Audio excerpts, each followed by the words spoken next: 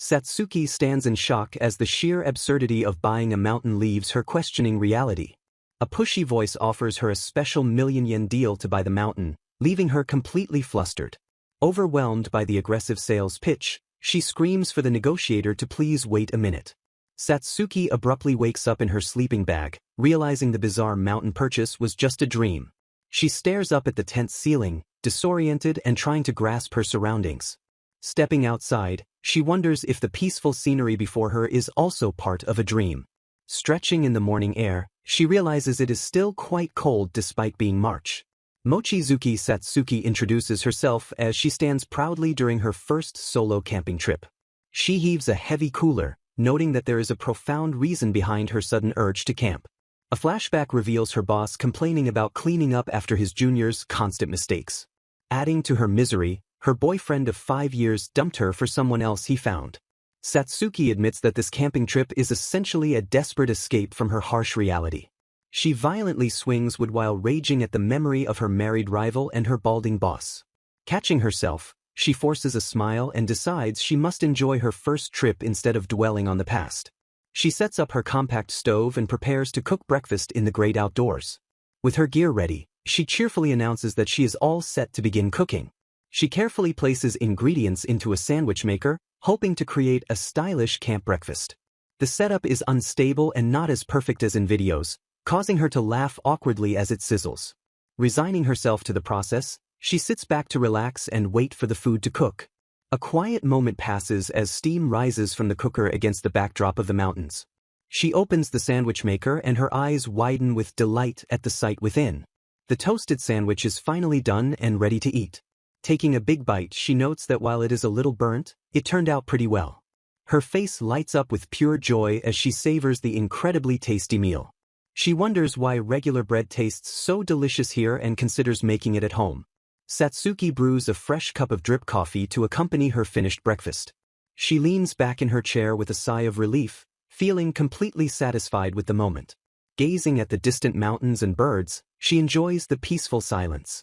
She muses that making a habit of regular camping could be a nice change of pace. At the Inari camp reception, Satsuki checks out and returns her permit to the staff. The friendly staff member asks her how she enjoyed the mountain experience. Satsuki beams and says it was fun being surrounded by nature, prompting an invitation to a better spot next time. Back in the city, she reflects that her impulsive solo trip was far more enjoyable than expected. Although preparing amidst her busy life was tough, a strange appeal makes her want to go back. Relaxing at home, she discovers a recipe for no-water curry that is super easy to make while camping. Excited by the possibilities, she decides to research more and get her gear ready for the next trip. Her planning is interrupted when her phone vibrates with an incoming call. She looks at the screen and sees that her mom is calling her. The scene cuts to black, emphasizing the sudden interruption of her peace. Satsuki looks concerned and confused by the sudden contact from her mother. Satsuki declares that she honestly does not like her mother as she stares at the incoming call screen with a look of disdain. She recalls that her mother remarried less than a year after her father died, bringing a smiling stepfather into their lives while she was still in high school. Her mother tried desperately to be considerate of her new partner, choosing to dote exclusively on his daughter, Kokoa, who was 10 years younger than Satsuki. As a result, Satsuki lost her place in the house and was almost completely neglected, receiving only meager allowances while feeling like an outsider. Unable to bear the isolation, she left home immediately after graduating from high school to escape the toxic environment. To attend university, she borrowed tuition money from her paternal grandparents, who kindly allowed her to stay in their house. Thanks to their support, she was able to graduate and find a job, waving goodbye to her smiling grandparents as she moved forward with her life. Back in the present, she stares at her phone with dread, noting that she hasn't received a single call since leaving home until this very moment. She answers hesitantly, and her mother's voice immediately asks if she is free this Saturday without even a proper greeting. Before Satsuki can answer, her mother demands she let Kokoa stay at her place because she is hanging out with friends nearby. Satsuki refuses instantly, citing work, but her mother dismissively tells her to leave her schedule open since her job probably isn't important anyway. The call ends abruptly, leaving Satsuki screaming in frustration as she realizes her mother only reached out to use her. She kicks her bed in a rage, shouting that she is not their errand girl and hating how everything always revolves around Kokoa. Exhausted and tearful, she decides on a whim to go camping to escape the stress and clear her head. Relaxing by a campfire under a starry sky, she reflects that ever since that moment, camping has been her sanctuary. Whenever life gets overwhelming or her mother floods her phone with missed calls, she retreats to nature to find peace. Her peaceful reflection is interrupted by a text from her ex wanting to restart and her boss piling on work, reinforcing her desire to just go camping. Back in her apartment, she surfs the web for a new campsite, deciding on a promising location for her next trip. She smiles wryly, realizing that even though camping expenses aren't cheap, she feels like she goes every single time she gets time off. A memory of the mysterious fox asking her to buy the mountain flashes through her mind. She chuckles to herself, admitting that right now, if asked something like that, she might impulsively buy it. The doorbell rings, snapping her out of her thoughts as she gets up to answer a delivery. She opens the door to find a heavy box sent by her grandpa and grandma. Opening the box, she delights in the sight of fresh vegetables like potatoes, onions, and cabbage packed inside. She gratefully notes that vegetables have been expensive lately, so this care package is a huge help.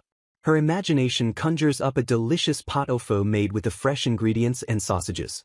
She realizes she can make this dish while camping, excited to upgrade from the simple meals she has been making so far. Satsuki beams with anticipation, imagining how tasty the warm meal will be in the great outdoors.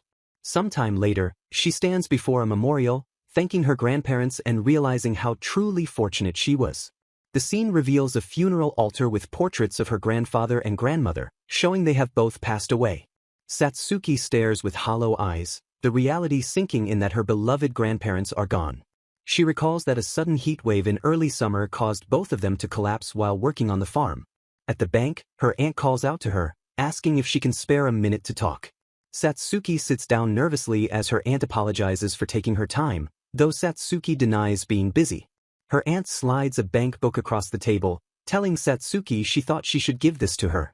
She explains that the grandparents had been saving the tuition money Satsuki paid back all this time. The bank book reveals a staggering balance of 3 million yen, accumulated through years of deposits. Her aunt urges her to take it, acknowledging she is going through a lot, while Satsuki is stunned by the large amount.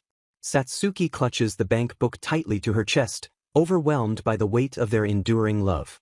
Tears stream down her face as she hugs her aunt, sobbing a heartfelt thank you for everything. From the balcony of her high-rise apartment, Satsuki gazes out at the city, isolating herself from the world outside. She lies motionless on her bed, completely drained of energy as her phone sits silently on the mattress beside her. A sudden vibration breaks the silence, and she lets out a heavy, exhausted sigh as she glances at the screen. Messages flood in from her angry mother, a demanding boss, and a shameless ex-boyfriend asking for favors and reconciliation. Snapping under the pressure of their collective selfishness, she screams at the phone to cut it out immediately. Furious, she stands up and declares that they are the worst, refusing to deal with such nonsense at a time like this. The scene shifts to the serene, mist-covered mountains, far removed from the chaos and stress of her city life. A quiet, rustic cabin marked Inari Camp sits nestled peacefully among the trees, awaiting her arrival. Satsuki arrives at the site, sweating and panting, realizing that her desperate need to escape led her straight back to camping. Walking toward the reception, she tells herself that staying home would have driven her crazy and she cannot stay depressed forever. She approaches the familiar wooden cabin, preparing to check in for her impulsive getaway at Inari Camp.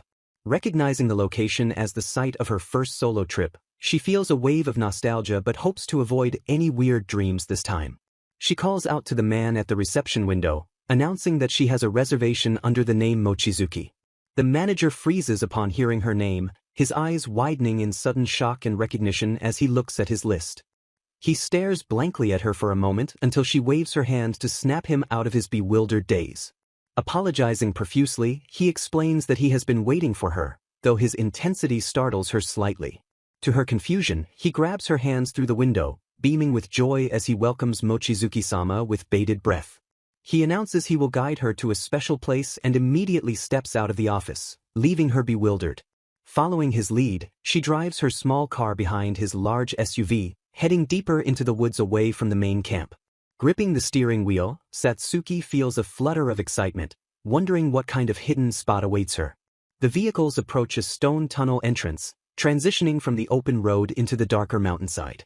Driving through the dark passage, she marvels at the atmosphere, feeling that this truly must be a special location. Her imagination runs wild with visions of luxury glamping and delicious meat served on a beautiful, sunlit plateau. They exit the tunnel, light flooding back into view as they continue their journey through the trees.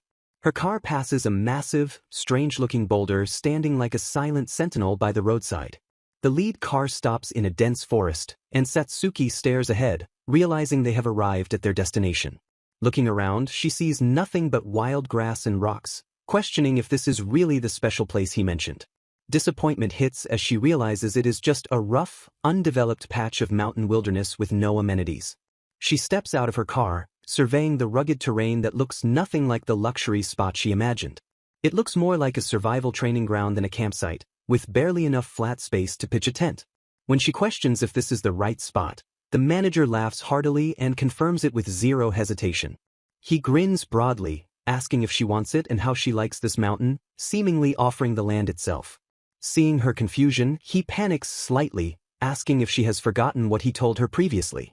He hands her a business card, introducing himself as Inari, the person in charge of managing this place. Satsuki laughs awkwardly as she reads the name Inari, struggling to interpret the kanji and recall their past conversation. Suddenly, the image of a giant white fox flashes in her mind, triggering a buried memory from her previous trip. The memory intensifies as the fox's face looms over her, asking if this finally reminds her of their deal. Shock washes over her as she points an accusing finger, realizing he is the talking fox from her dream who tried to sell her a mountain. The memory of the fox presses the issue, insisting they proceed with the contract since that is why she came. In her mind, the giant fox extends a paw to seal the deal, reminding her that he promised a special service just for her.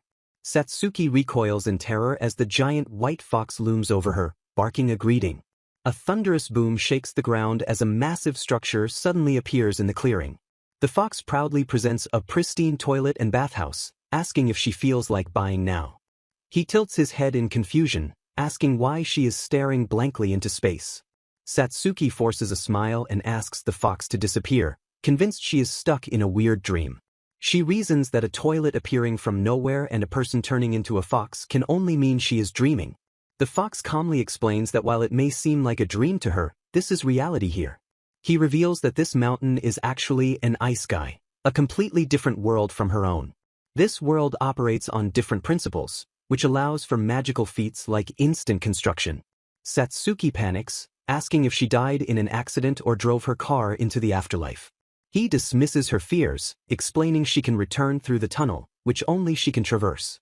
Satsuki sighs, admitting that the situation is so surreal she barely knows how to react. Gathering her thoughts, she asks the core question of why he specifically wants her to buy this mountain. The fox explains that the mountain has no owner and has been left neglected for too long. He warns that if things continue this way, the land will fall into total ruin and decay. Bowing his head low, he humbly pleads for her assistance. He asks her to become the owner, live on the mountain, and bring it back to life. Looking deep into her eyes, he declares that he believes Mochizuki Satsuki is the only one who can do it. He decides to give her time to think, promising to return for her answer after she finishes camping. Transforming or leaving, he wishes her a good camp and departs, leaving her alone. Satsuki sits by her campfire, the crackling flames the only sound in the quiet forest. She stares into the fire, feeling conflicted as the fox's offer weighs heavily on her mind. A thought crosses her mind, asking if she really wants to return to her original world. She reflects on her life back home, realizing she takes no pride in her job and only works to live. She comforts herself with the knowledge that she can always return through the tunnel if she wants.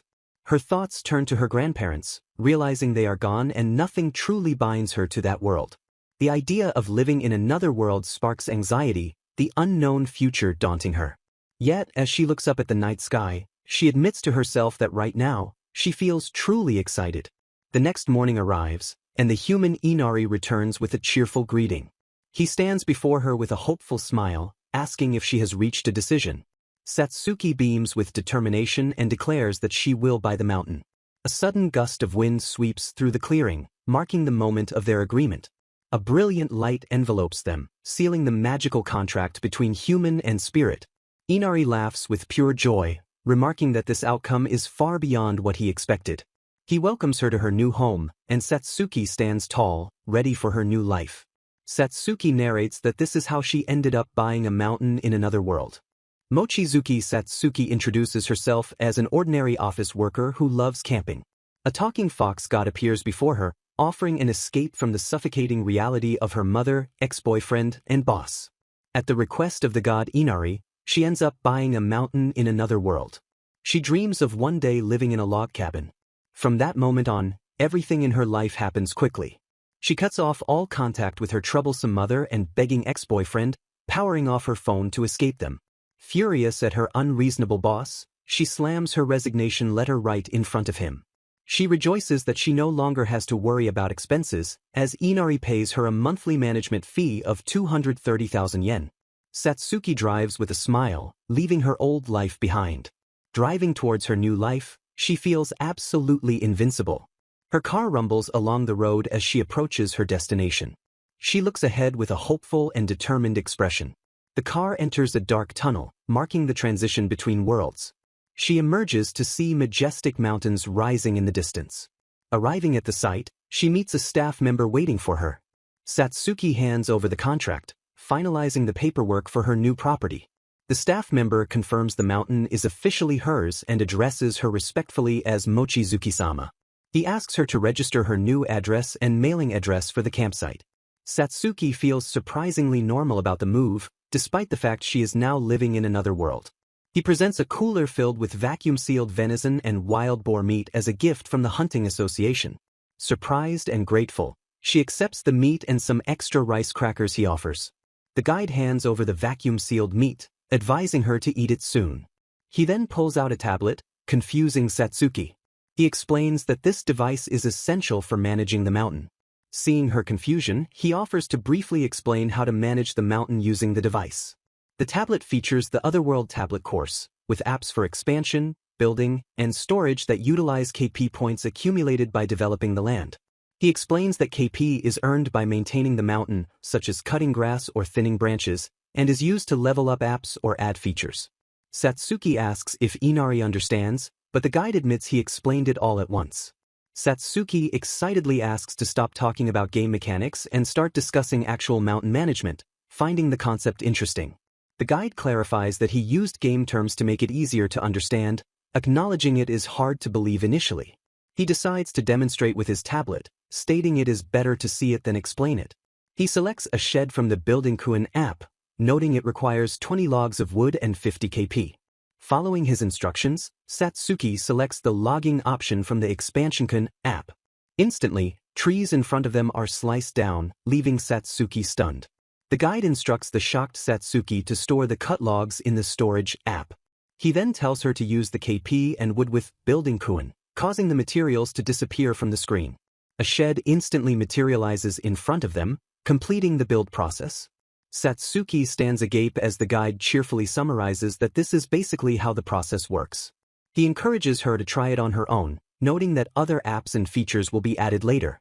Satsuki wonders if she can really do something this easy, questioning the reality of the situation. The man smiles warmly and assures Mochizuki that all these facilities were prepared specifically for her use. Holding the tablet with excitement, she marvels at how amazing this other world truly is. She discovers that with this device, she can construct all kinds of buildings instantly without needing any technical knowledge. Browsing through the options, she excitedly points out a log cabin listed in the construction menu. Sitting by the fireplace in her imagination, she daydreams about a graceful life surrounded by nature in her future home. The requirements are 1500 KP and 80 logs, which seems high, but she remains optimistic since Inari built a shed instantly. Pumped with determination, she raises her fist and declares that it is time to live her dream log cabin life.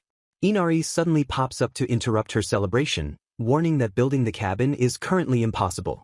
He explains that her storage level is only 1 cubic meter, making it impossible to store large logs until she earns KP to upgrade it. Showing her the map, he suggests she start by maintaining the road leading up to a nearby spring. Accepting the challenge, she begins slashing away at the tall grass with a sickle. Under the blazing sun, she toils away, realizing just how physically demanding manual labor really is.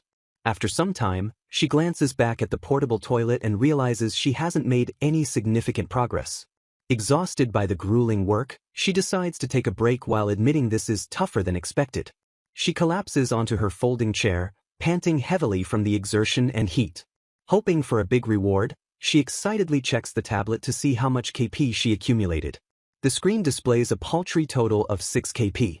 Her eyes widen in shock as she questions how 3 hours of mowing resulted in such a tiny amount. Throwing her hands up in frustration, she yells that Inari is stingy and wonders how long it will take to get her cabin. The sun begins to set over the forest, signaling the end of her first day of labor. Smoke rises from the small utility shed as evening settles over the quiet camp. She sinks into the water with a heavy sigh of relief. Submerged in the bath, she relaxes her tired muscles after a long day of physical work. A bright smile returns to her face as she declares that a bath after work is the absolute best. She steps out of the tub, feeling relieved that hot water came out automatically without her needing to heat it herself. While washing up, she notes that it will still take some time to clear the path to the spring. Pausing in confusion, she wonders why hot water is available if she hasn't actually connected to the spring yet. She quickly shrugs off the logic, accepting that in another world, things just work out. Thick slices of meat sizzle tantalizingly on the grill. She excitedly prepares to eat wild game meat for the first time, wondering what it tastes like. Clasping her hands together with a smile, she cheerfully gives thanks before her meal. Her eyes widen in surprise as she takes her first bite of the grilled meat. A flush of happiness crosses her face as she savors the incredibly delicious flavor. She analyzes the taste, noting the sweet fat of the boar and the chewy texture of the venison. Overjoyed by the quality of the food, she continues to feast on the meal Inari provided. She cracks open a cold drink to wash down the hearty dinner with a wink. Leaning back in her chair, she looks up at the starry night sky with a satisfied smile. The campfire glows warmly next to her tent in the peaceful silence of the forest. Taking in the view, she whispers to herself about how amazing this experience is. It finally sinks in that she is really living on a mountain in another world. She reflects on the journey, from buying the land from a fox god to receiving the magical construction tablet. Although life here is difficult and filled with strange occurrences, she accepts her new reality. With a peaceful smile, she concludes that despite the hardships, she is truly happy now. Unseen by her, a massive snake labeled Greed slithers silently into the clearing from the trees. The menacing serpent flicks its tongue, ready to strike from the shadows. The story continues with a title page featuring the series logo and a stylized illustration. Aisles of a home improvement center are stocked with an array of tools and supplies from the modern world. Satsuki pushes a shopping cart through the store, realizing she can use items from her original world to aid her life in the new one. She recalls the exhausting effort of weeding by hand for 3 hours, which yielded a pitiful 6 KP, fueling her desire for efficiency. Realizing that gathering 1500 KP for a log cabin by hand is impossible, she resolves to find a mechanical solution. Her eyes light up as she discovers a rechargeable grass trimmer priced at 24,980 yen, the perfect solution for her problem.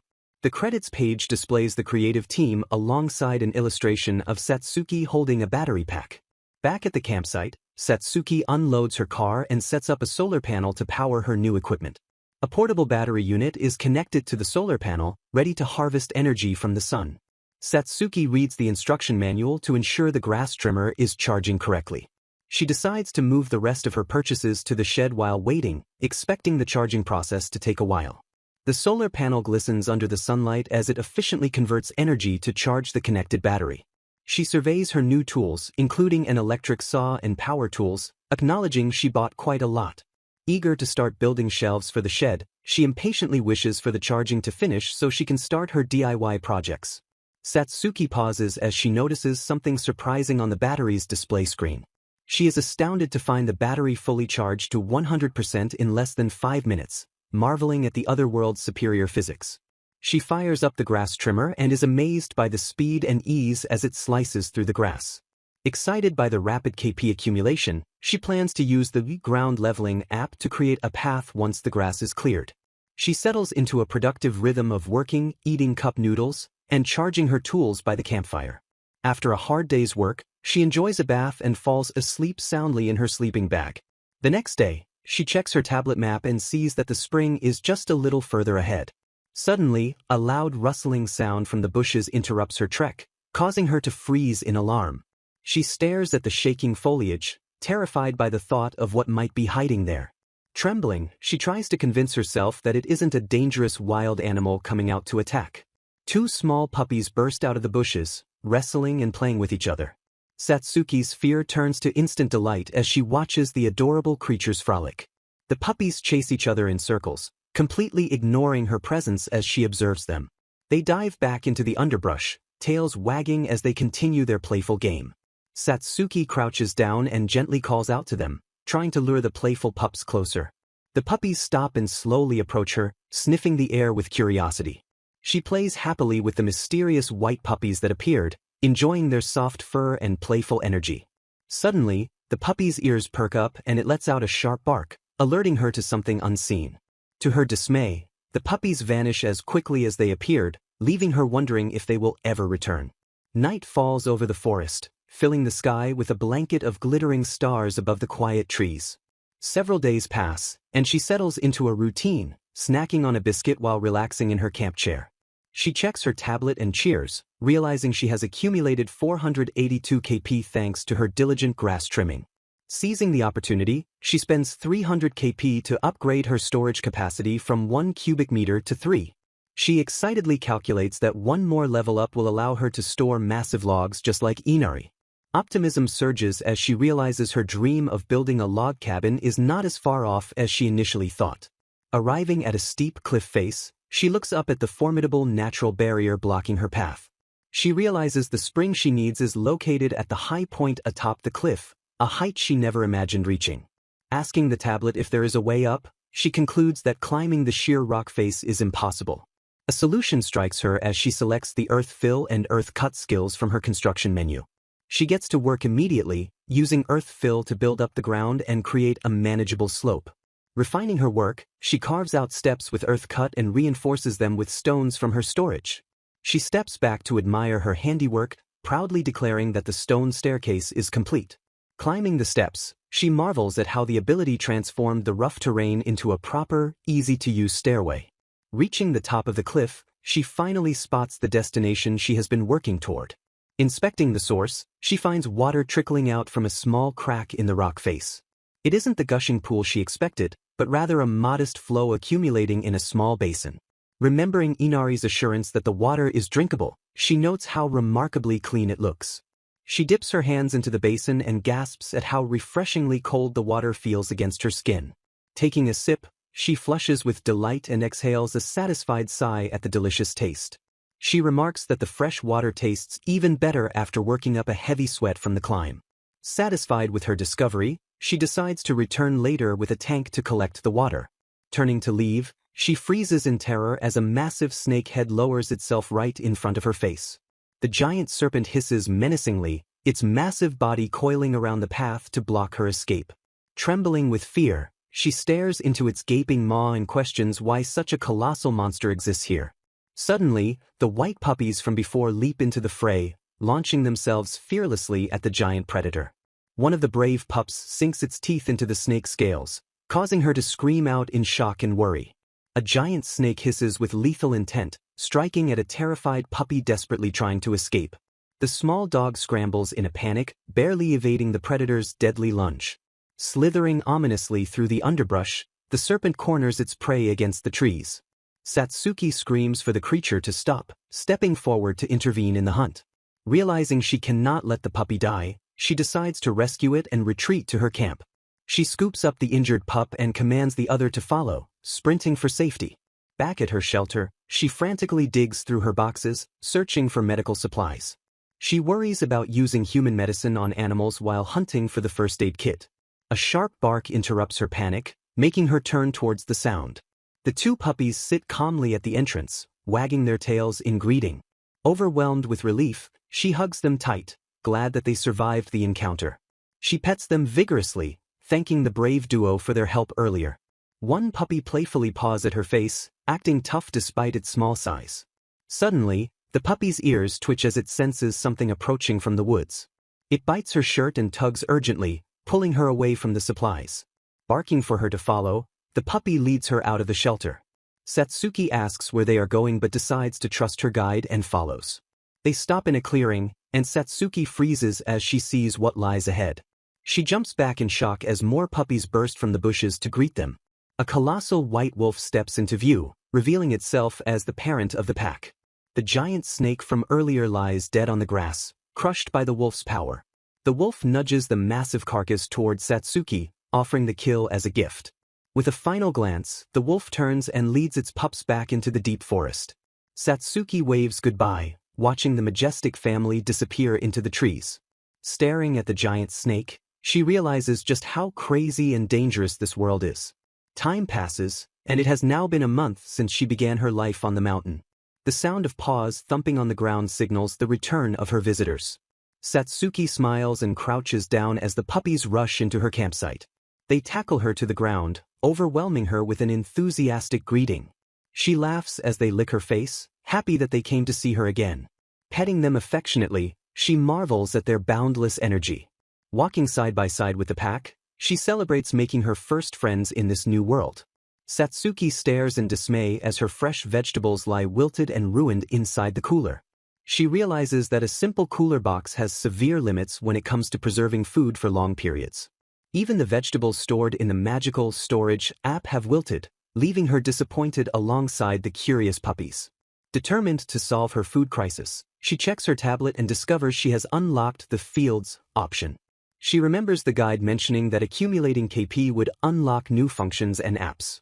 Her eyes light up with determination as she declares it is time to start farming. Satsuki clears a space in the yard, shooing the playful puppies away to find the perfect spot. She learns via the tablet interface that she can create ridges and seedlings by consuming her KP points. The list of available crops is impressive, ranging from potatoes and beans to corn and tomatoes. She pauses in confusion, wondering if potato means regular or sweet potato and what kind of beans will grow. Panic sets in as she realizes she might not know the specific variety until the plants actually grow. Recalling Inari's carefree attitude about edible food, she decides to stop worrying and just try it. She uses the interface to specify a range of 10 meters by 3 rows for her new field. Dragging and dropping icons, she assigns potatoes, carrots, and onions to the rows. With the setup complete, she hits the Finalize button to consume the required KP. 3 perfect rows of ridges materialize instantly in the dirt. Satsuki cheers in triumph as her field is completed in the blink of an eye. She is awestruck by the ease of this otherworld farming compared to the hard labor at her grandpa's place. Realizing the soil needs moisture, she prepares to go fetch some water.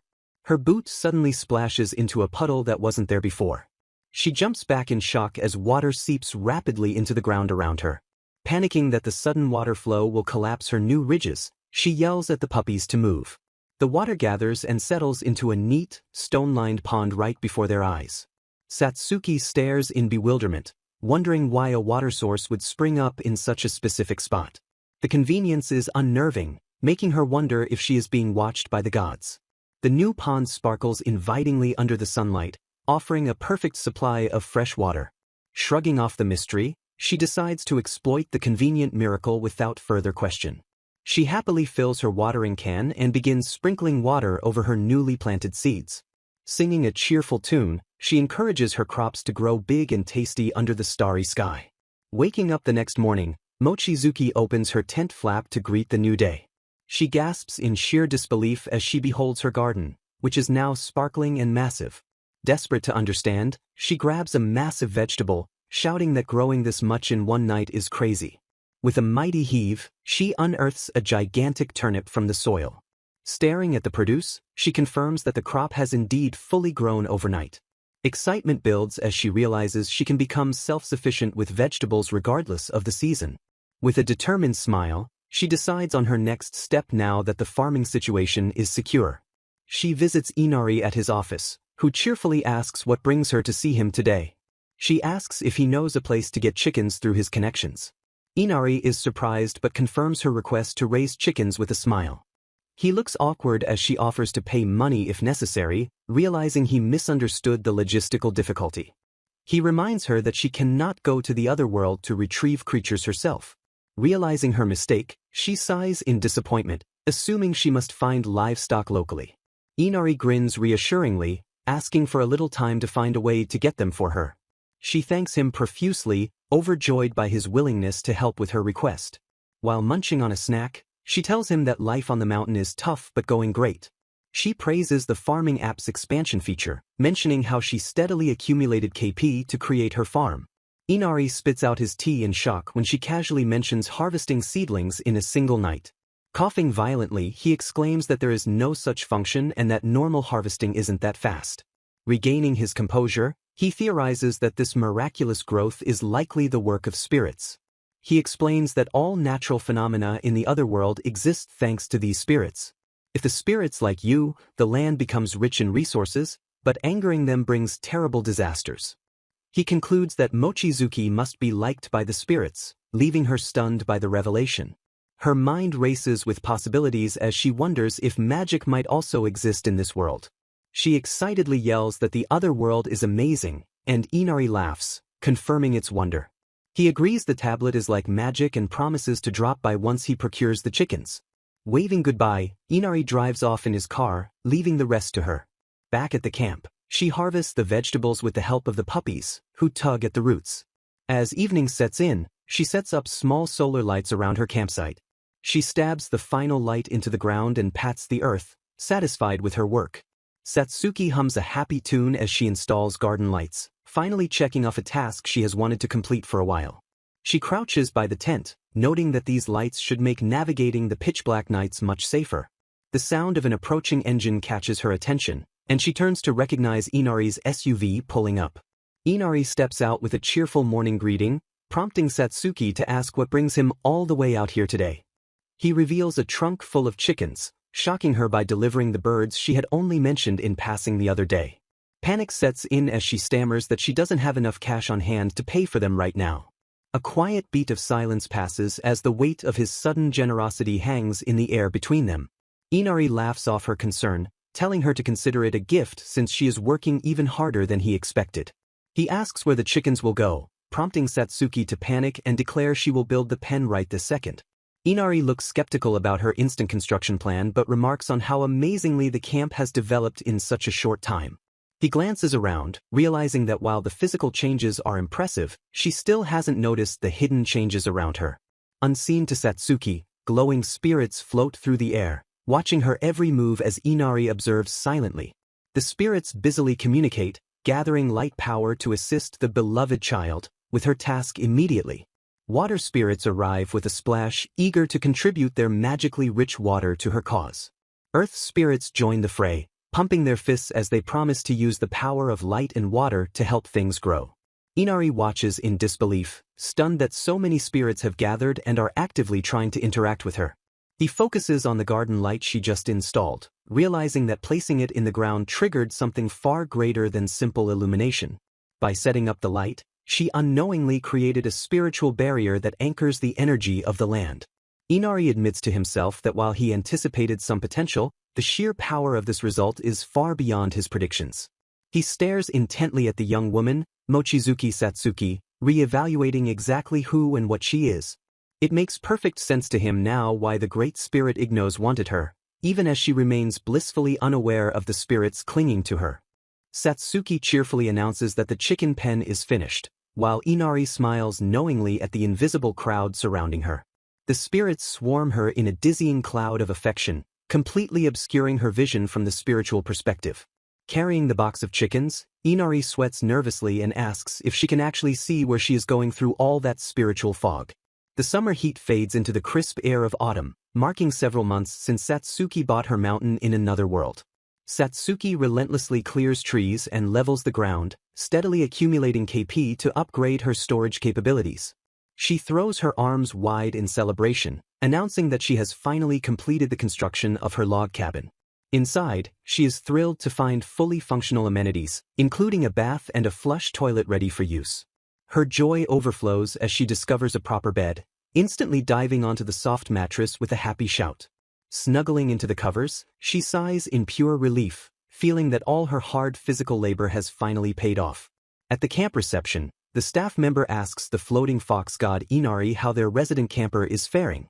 Inari floats lazily in the air, inquiring about Mochizuki Satsuki's progress on the mountain. The The staff member grins over a report, noting that she has exceeded expectations as the former Saintess. He explains that her power spreads to create a sanctuary, ensuring that sacred beasts and spirits are protected within her domain. When asked if they should reveal her past as the Saintess, Inari dismisses the need for such a disclosure.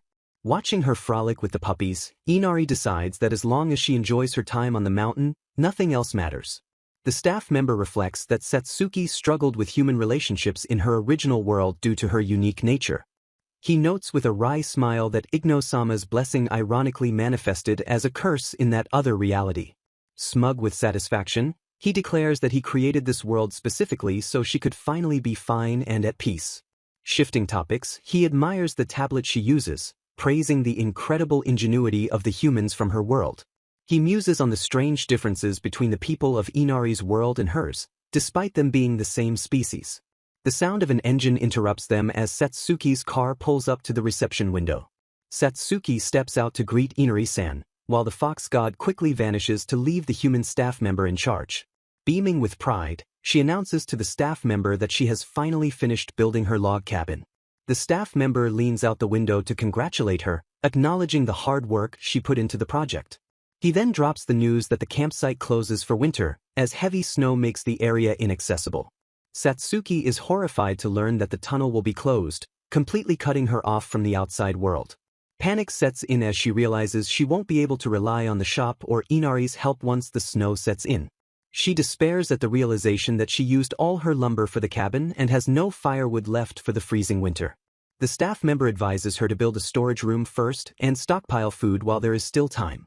Satsuki gratefully accepts the advice, resolving to prepare thoroughly for her survival in the snowy mountains.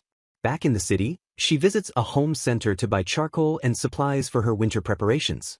A sign about making firewood catches her eye, warning that wood needs to be dried before it can be used. She decides to buy expensive store wood as a backup while purchasing an axe to chop her own, uncertain of how much she will need. Mochizuki stands lost in thought, gazing up at the sky while pondering her next move. She surveys the slope behind the cabin, wondering if she can transform the unused space into a storage room. A light bulb goes on as she recalls a TV show about cave-aged ham, deciding to construct a natural dry-aging room. Inari pulls up in his truck, whistling in admiration at her impressive new log cabin. Mochizuki tries to bring up payment, but Inari waves her off, revealing he brought a truckload of firewood instead. He cheerfully calls it a winter bonus, though Mochizuki points out she already received free supplies last time. Inari notices the puppies and calls them cute, though they immediately bare their fangs and growl at him.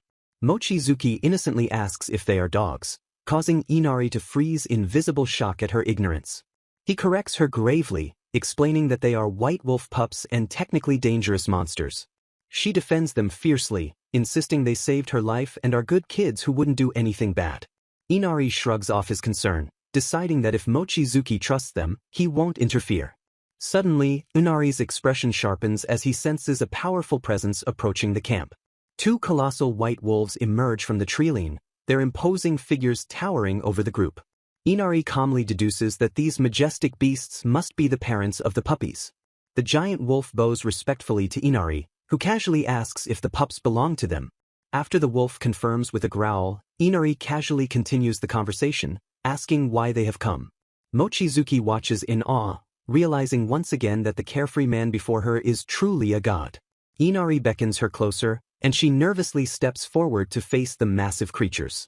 He asks the parent wolves if it is acceptable to let the humans interact with them. Receiving their permission, Inari invites them in, leaving Mochizuki trembling with hesitation. The massive wolf steps forward, passing close enough to make Mochizuki freeze in place. To her surprise, the giant beast nuzzles against her affectionately, catching her off guard. Confused by the sudden display of affection, she stammers, unsure of what is happening. Realizing they are friendly, she smiles as Inari encourages her to go ahead and pet them. Overcome with joy, she hugs the giant wolf, reveling in the sensation of its soft, fluffy fur. The puppies join in the fun, licking her face and playing as she laughs at their cuteness. Inari interrupts the bonding moment to ask if she has given the little ones names yet. He suggests she take this opportunity to name the 4 pups while their parents are present. The pups bark in agreement, putting pressure on her to come up with something good. She smiles confidently, declaring that since they are white wolves, she has the perfect names in mind. Satsuki officially names the puppies, dubbing the female Yuki and the male Haku based on their snowy coats. Turning to the parents, she grants them titles of nobility, naming the father Byakuya and the mother Shiroti. A blinding light erupts from the family of wolves, signaling a magical reaction to her words. Satsuki recoils in confusion, shielding her eyes as the mysterious energy swirls around them. The light fades to reveal the wolves transformed, their fur glistening with a newfound, divine aura. Byakuya bows his massive head in reverence, formally pledging his loyalty to the beloved child. Satsuki stands frozen, her mind racing as she realizes she can clearly understand the beast's speech. Inari applauds the moment, explaining that by naming them, she has bound them as her powerful familiars. Chaos breaks out as Yuki and Haku tackle Satsuki, screaming their demands to play right now. Satsuki tries to process the situation, but the puppies drown out her questions with enthusiastic barks for fun. While Satsuki is distracted, Byakuya slides quietly toward Inari to discuss a more serious matter. Inari gazes at the distant peak, fearing that the surge in monsters signals the awakening of the ancient dragon. Byakuya vows to protect the beloved child, warning that the dragon would rush here if he knew the former Saintess was present. Inari nods solemnly, grateful for the protection just in case the worst comes to pass. With a heavy sigh, Inari sacrifices his holiday plans, deciding he must go greet the dragon personally. A fierce blizzard howls around a jagged mountain peak, concealing the entrance to a dark cave. Inside the freezing depths, the massive form of the ancient dragon lies in a deep slumber. Tension spikes as the dragon's eye snaps open, its slit pupil focusing on an unseen disturbance. Satsuki wakes with a yawn, naively believing that life in her newly completed log cabin will be a breeze until a voice shatters her peace. The guide delivers the crushing news that the tunnel to her world and the campsite itself must close due to heavy winter snow. Satsuki greets her dogs Haku and Yuki as she prepares for winter, but they cheekily scold her for sleeping in too late. The two puppies bounce with boundless energy, barking excitedly as they start their day full of chaos. Satsuki reveals that the pups have become her familiars, allowing her to understand their speech as she heads out to cut trees. She fires up her weed whacker and warns the dogs to stay back, realizing that understanding them is a mixed blessing. One puppy slaps his paws against a tree trunk, eagerly shouting that he has found a big, good tree for her. The other puppy competes for attention, hugging a different tree and insisting that his choice is the better one. Satsuki sighs while mowing the grass, feeling like an exhausted mother dealing with two noisy and impatient children. She stores the grass cutter into her inventory with a poof and checks her calculations, ready to start the building process. Surveying a slope, she plans to build a food storage cellar and decides to place the firewood storage right next to it. Determined to conserve her lumber, she eyes an unused shed and wonders if she can simply relocate it instead of building new. She tests her theory on the tablet, selecting the shed icon and dragging it across the screen to the new location. A gust of wind roars as the physical shed instantly vanishes and reappears in the new spot with a loud whoosh. Satsuki marvels at the convenience of moving entire buildings via the map without needing to rebuild a single thing. She empties her digital storage, causing piles of firewood to clatter loudly into the newly positioned shed. Realizing the snow threat requires a garage for her car, she notes that she must keep gathering wood to build one. Prioritizing survival, she turns her attention back to the slope to begin construction on the essential food storage. Using the excavation tool, she carefully digs a cave into the hillside, ensuring the structure won't collapse. She inspects the depth of the new cavern and nods with satisfaction, determining the size is just right. Satsuki reinforces the walls and seals the entrance with a sturdy door using the groundwork function. She steps back to admire her work, celebrating the completion of both the food storage and the firewood shed. Curious about the result, she opens the door to inspect the interior of her new root cellar. She gasps in delight as cool air rushes out, realizing the temperature is perfect for preserving her food supply. A sudden thought strikes her that perhaps the local spirits are lending their power to keep the room cool. She smiles warmly and offers a sincere word of thanks to the invisible spirits for their assistance. The room glows softly in response to her gratitude, though Satsuki laughs it off as her imagination and closes the door. Unseen by her, a group of adorable spirits erupts in joy, vowing to do their best after being praised by the beloved child. Oblivious to the magical celebration, Satsuki stands by her new sheds and declares she is ready for the next step. With the site work finished, she announces that it is time to head out for her final winter shopping trip.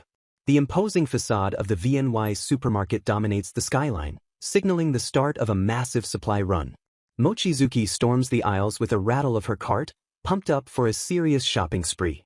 She navigates past shelves stocked with sausages and discount flour, eyeing the heavy bags of rice. The aroma of fresh baked goods stops her in her tracks as she finalizes her grocery haul. Opening a mess tin, she plots to bake her own bread while out in the wild. Her ambition grows as she pumps a fist, deciding to build a pizza oven to match her baking dreams. The adventure continues at the Camaro Home Center, a treasure trove for her construction needs. She snaps up curtains and essential gas canisters, preparing for the comforts of her cabin life. With a tender smile, she grabs a soft brush to groom her pack of white wolf pups.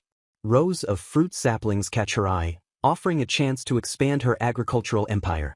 She studies the plants, questioning if Earth's biology will cooperate with the otherworld soil. Throwing caution to the wind, she decides to buy them and test her luck with an otherworldly orchard. She leans back in the driver's seat with a satisfied sigh, thrilled by her successful haul. A quick check of her bank book confirms the funds are safe, keeping her reckless spending in check.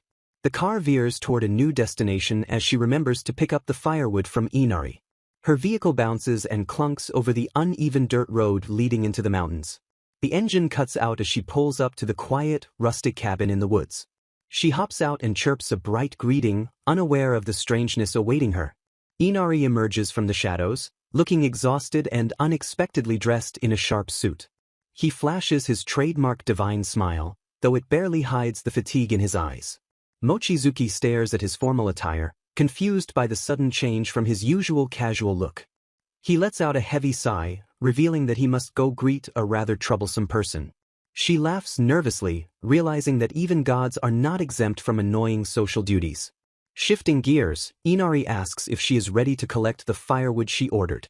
They heave the heavy bundles into her trunk, the physical labor reminding her of her limitations. She groans that things would be so much easier if she could use her magical storage here. Inari laughs off her complaint as she proudly displays the mountain of winter supplies she bought. Looking at the wood, he warns her to be careful and suggests preparing even more just in case. He explains that winter fuel consumption varies wildly depending on the person's habits. He asks if she is prepared to make more firewood herself, and she flashes a confident smile knowing she has the tools.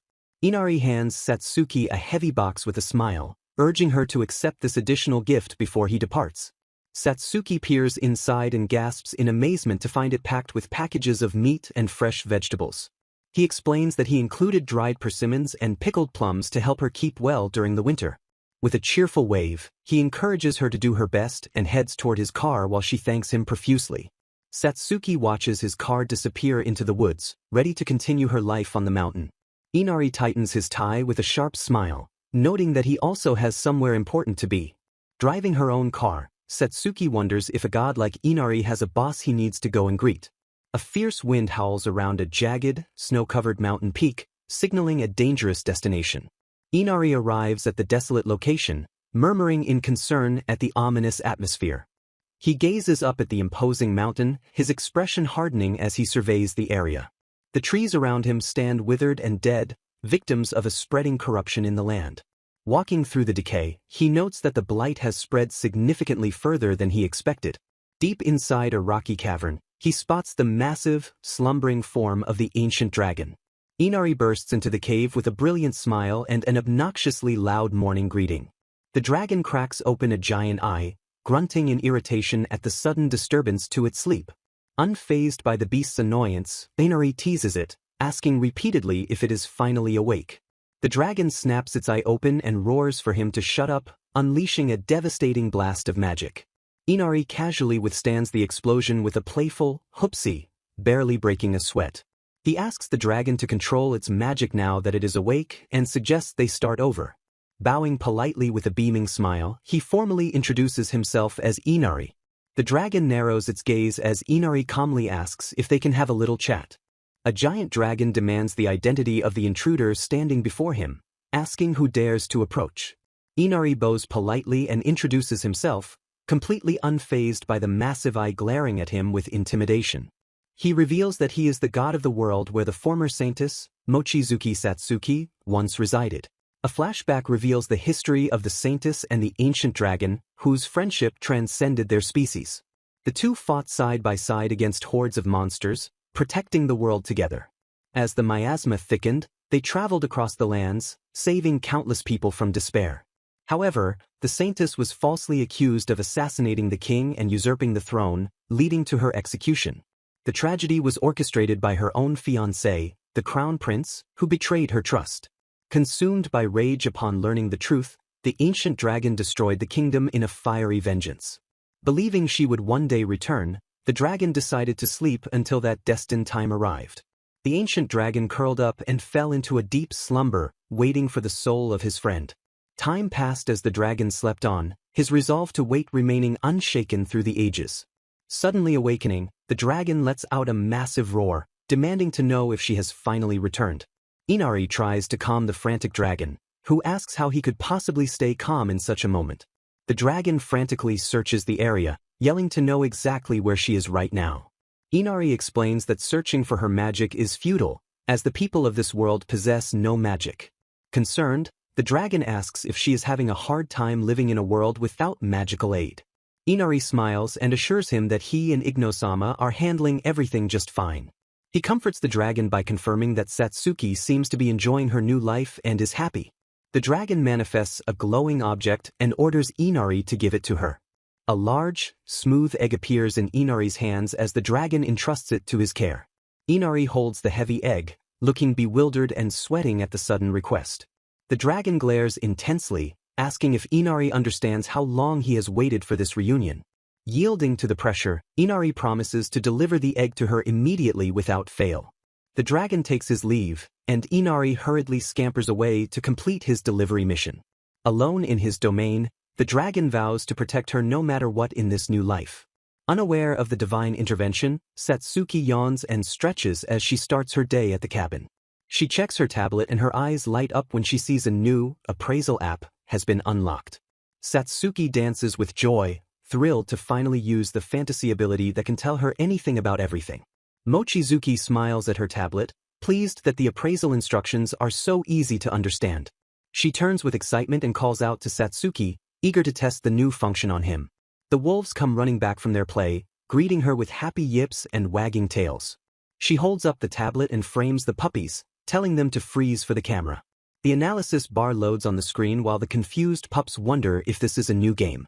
The results appear, identifying the subject as a 12-year-old white wolf mixed with the legendary Fenrir. Mochizuki gasps in pure shock, unable to believe her pet is a fantasy monster capable of using magic. The puppies jump on her jealously, demanding to be appraised too as she praises their amazing heritage. She turns her attention to the chainsaw and stump, preparing to tackle the day's physical labor. Sliding on her protective goggles, she announces to the curious pack that it is time to make firewood. The wolves tilt their heads in confusion, having no concept of cutting wood to burn for heat. She warns them to keep their distance, pointing to the shed to explain the finished product she needs. With a sharp pole, the chainsaw roars to life, its mechanical scream tearing through the quiet forest. The wolves panic at the terrible noise, barking frantically for her to stop the terrifying racket. Mochizuki kills the engine and apologizes, realizing she didn't account for their sensitive hearing. Suddenly, Satsuki unleashes a blade of wind, slashing the air in a defensive reflex against the noise. He apologizes for startling her, explaining that he mistook the machine's roar for a dangerous attack. Seeing the problem, Satsuki suggests that he and the pack can handle the woodcutting instead. He raises a paw with quiet confidence, instructing Mochizuki to observe his technique. Invisible blades of wind slice through the air, instantly chopping the log into perfect firewood rounds. Mochizuki screams in amazement at the magic, causing Satsuki to blush with embarrassment at the praise. She realizes he used wind magic and eagerly asks if he has enough mana to do more. She points to a stack of uncut logs, hopeful that he can process the entire pile for her. Satsuki steps forward with a determined look, ready to demonstrate his power on the larger target. With a flurry of chops, the logs are dismantled in seconds, and Satsuki declares it was no trouble at all. Mochizuki is overjoyed, realizing that magic is not just for fighting but incredibly useful for chores. She turns to the puppies, asking Satsuki if the children are skilled enough to help out too. The pups look unsure but eager to please, agreeing to try their best when she asks them. Satsuki nods his approval, noting that splitting firewood is actually perfect magic practice for them. Mochizuki beams and leaves the work to them, grateful to escape the noisy chainsaw work. Satsuki cheerfully decides to plant the tree she bought while the wolves watch obediently. The small apple sapling stands planted in the soil, stretching its branches toward the sky. Satsuki places a handwritten sign next to it, imagining it growing into a large, fruitful tree. She hastily adds a request for it to grow in moderation, fearing her powers might cause it to go crazy. The wolves play roughly nearby, snapping and crashing until Satsuki warns them to be more careful. Inside the cabin, Satsuki slices a large ham and decides to treat the wolves as a reward for their help. She pauses mid-slice, suddenly wondering if ham is actually safe for dogs to eat. Stepping onto the porch, she calls out to Shiroti to ask for permission. She presents the plate of sliced meat, asking the pack if it is okay for them to consume this. The wolves' eyes sparkle with hunger as they confirm that it smells absolutely delicious. Shiroti suddenly lunges and devours the ham in one bite, leaving Satsuki and the puppies screaming in shock. The mother wolf savors the taste with a satisfied blush while her puppies complain that she ate it all. Satsuki is confused since she only sliced it, but Shiroti claims incredible power is welling up inside her. Shiroti explains that Satsuki's touch alone imbued the food with power, leaving the puppies in awe. The puppies scramble around Satsuki's legs, begging loudly for their share of the special ham. Satsuki checks her tablet and sees the item listed as ham sliced by the former Saintess, with a restorative effect. She freezes in disbelief, staring at the screen and questioning what the former Saintess title even means. The implication sinks in, leaving her stunned as she connects the dots.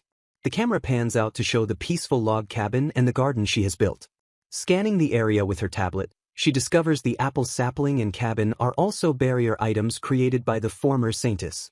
The garden light is revealed to possess the blessing of the light spirits and a monster-repelling effect.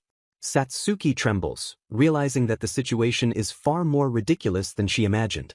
She stares intently at the words "former Saintess" on her screen, the truth becoming undeniable. Pointing at herself with a nervous smile, she finally realizes that she is the former Saintess. Satsuki brushes her dog's fur, who blissfully asks her to focus a little more on his back.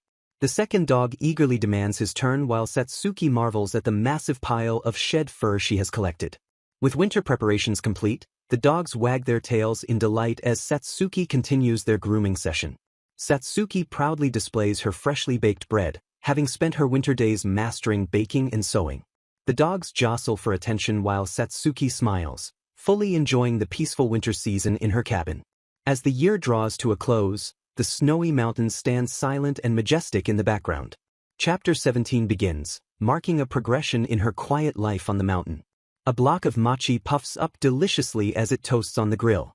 Satsuki skillfully wraps the grilled mochi in crisp seaweed and dips it into soy sauce. She savors the bite with a happy hum, declaring that New Year's just isn't the same without mochi. Relaxing in her warm cabin, she reflects with gratitude that she was able to welcome the new year safely. While eating dried persimmons from Inari, she wonders if the seeds would grow if she planted them. Energized by the idea, she shoots up and decides to plant the persimmon seeds along with her pickled plum and cherry seeds.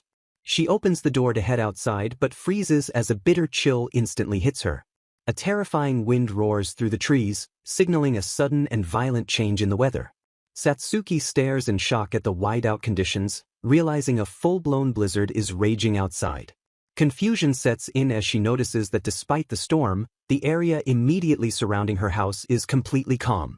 She realizes this must be the barrier effect she saw in her appraisal app, triggered by her status as the former Saintess. The protective dome extends over the entire area, shielding her fences, sheds, and garden lights from the snow. The dogs tremble, revealing they couldn't even enter the barrier until she gave them permission because of its power.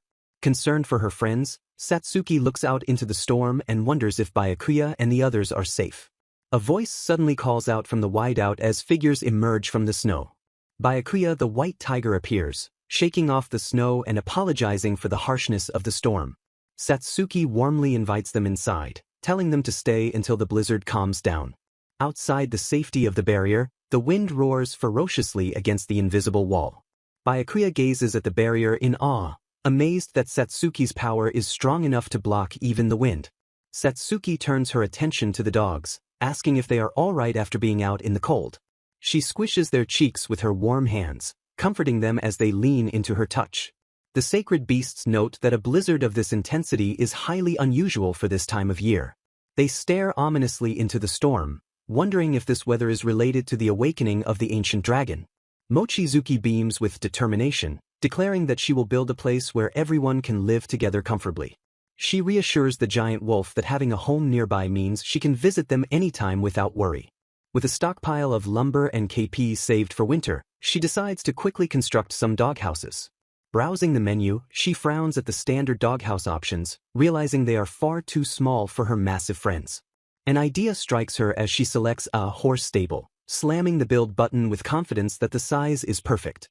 She opens the sliding door to the massive new structure and cheerfully invites the pack inside. The wolves rush in, barking in amazement at how splendid and spacious their new home is. Mochizuki watches them affectionately, grinning at the thought that she can now fluff their fur whenever she wants. One wolf smugly claims a prime spot, while another protests that it's unfair and demands a turn. Happy that they like it, Mochizuki watches as another wolf settles into the stall right across from the first. The giant wolf bows his head gratefully, thanking her for preparing such a magnificent place for them. He suggests that spreading some straw would make it even better, and Mochizuki eagerly agrees to the upgrade. Suddenly, Satsuki's ears perk up and he warns that something is swiftly approaching the barrier. He steps in front of Mochizuki to shield her as a gust of wind whooshes through the stable. Satsuki growls that an intruder has breached the barrier, asking who goes there with a menacing glare. As the wolf rushes forward to attack, Mochizuki frantically yells for Satsuki to stay back. She screams for Byakuya to hold on, realizing the intruder might not be an enemy. A pile of snow shifts and falls, revealing a figure buried underneath the drift. Inari brushes off the snow with a smile, casually commenting on how terrible the weather is. He looks around the cozy camp, remarking that this place truly is a heaven compared to the cold outside. Realizing it is just Inari, Mochizuki bows politely and exchanges Happy New Year greetings with him. The tension melts away as Mochizuki sighs in relief, though the wolves remain wary of the god. Inari laughs at the terrified wolves, assuring them he isn't going to eat them as they cower in fear. He turns to Mochizuki, mentioning that he braved the winter closure to deliver something special. Mochizuki asks if he has a gift for her, surprised that he came all this way. With a flourish, Inari presents a massive, smooth egg that radiates an intense aura. Satsuki flinches violently, his eyes widening in sheer terror at the sight of the object. Inari chuckles that the egg's magic power might be too strong for them as the wolves shudder in fear. Mochizuki panics as she realizes the overwhelming aura has already knocked Haku and Yuki out cold. She frantically warns Inari to stay back, desperate to protect her fainting pets from the potent magical egg. A fierce blizzard howls around the cabin as Satsuki asks Inari what is going on, while he apologizes for the trouble. Inari laughs sheepishly, explaining he brought something from storage but didn't expect it to cause such rough weather. He suddenly hands her a massive egg, and she buckles under its surprising weight and intense warmth. The smooth surface of the egg dominates the view, glowing with a silent, mysterious power. A brilliant light bursts from the shell, enveloping Satsuki in a blinding flash of energy. Satsuki blinks in surprise, realizing that the roaring wind has vanished and the blizzard has completely stopped. Inari looks up at the clearing sky, remarking with relief that the storm was truly awful. He strips off his winter coat, deciding he no longer needs it now that the magical weather has passed. Pointing to the cabin, he suggests they bring the egg inside, leaving Satsuki confused by his casual attitude. He explains that the cabin's barrier will suppress the egg's leaking magic, which was the cause of the storm. Satsuki stares down at the object in her arms, asking what on earth this egg is supposed to be. Inari smiles and drops the bombshell that it is an ancient dragon's egg. Satsuki stands dumbfounded in the snow, repeating the words as the magnitude of the situation sinks in. Mistaking the gift for another treat, she drools and asks if it is tasty, causing Inari to scream at her not to eat it. A sturdy log cabin sits nestled in the snow, offering a warm sanctuary amidst the cold mountain landscape. From within the safety of the cabin, a white wolf peers out the window with sharp, vigilant eyes. The wolves converse in hushed tones, relieved that the overwhelming surge of magic power outside has finally subsided. One wolf worries that the severe weather and the egg's power are omens of the ancient dragon's awakening. He suspects that the recent surge in monster activity in the area is most likely connected to this momentous event. Gazing upward with concern, the loyal beast wonders aloud if Satsuki-sama will remain safe through it all. Satsuki beams with a radiant smile, her cheeks flushed red from the biting winter air. Inari laughs nervously, sweat forming on his brow as he tries to maintain a casual facade. Satsuki cheerfully invites him inside for tea, insisting he shouldn't stand out in the freezing cold. Inari tries to flee after dropping off the egg, but Satsuki grabs his shoulder with a bone-crushing grip. A menacing aura erupts from Satsuki as she demands he stay and explain the suspicious egg he brought. Realizing escape is impossible, Inari sighs in defeat and steps inside to remove his boots. Inari's gaze falls upon a tattered, patchwork cushion lying innocuously on the floor. He turns to Satsuki in disbelief, accusing her of unknowingly crafting another outrageous item. Misunderstanding his shock, Satsuki sulks and serves the tea, apologizing for her poor sewing skills. Inari hastily corrects her, explaining that the cushion has transformed into an incredibly blessed artifact. Satsuki snaps a photo with her appraisal app, confirming the cushion repels monsters and heals fatigue. Inari sits on the cushion and glows with comfort, explaining that the white wolf fur filling amplifies the blessings. Satsuki innocently asks if blessings are common, prompting a panicked scream from Inari that they are not. She points a finger at the appraisal screen, demanding to know what the term former Saintess implies. Inari freezes in sheer terror, realizing he has carelessly slipped up and revealed a massive secret. He scratches his head in frustration, lamenting his blunder in forgetting she can now appraise everything. Satsuki stares intently, recalling that Igno-sama had specifically forbidden Inari from discussing this. Inari decides to pivot the conversation, realizing he hasn't yet explained the divine hierarchy properly. He smiles broadly as he prepares to reveal the true identity of the mysterious Igno-sama. The cabin stands peaceful in the snow as Inari declares that Igno-sama is the creator god of this world. Satsuki looks confused, noting that she thought Iri-san was the god, only to be corrected. Inari uses a diagram to explain that while Ignos rules the other world, he is the god of the real world. Inari addresses the young man as Mochizuki-sama while solemnly bringing up the topic of reincarnation. He reveals that the girl sitting with them is the reincarnation of the other world Saintess. A heavy silence fills the room as the girl looks down and Mochizuki watches her from across the table. Mochizuki playfully complains that she should act more surprised, but she admits she had already figured it out. She questions why she was reincarnated in the real world, noting that the appraisal tablet's results gave it away. Mochizuki sips his drink and admits he doesn't know the details, but assures her there must be a reason. He asks her not to misunderstand the situation, though he admits to being curious about the circumstances. Mochizuki explains that Igno-sama respected his will and chose not to forcefully bind her to their world. He relays the god's message that he simply wants her to spend her time happily and have fun on the mountain. The girl is left dumbfounded when Mochizuki reveals that even the tablet was crafted by Igno-sama himself. Inari gestures to the large object on the table, identifying it as a suspicious ancient dragon egg. He explains that in her past life, the Saintess was best friends with the ancient dragon who laid it. Inari reveals that the dragon awakened when Mochizuki arrived in this world, causing the girl to tremble. He laughs heartily while explaining he was tasked with handing the egg to Mochizuki during his greetings.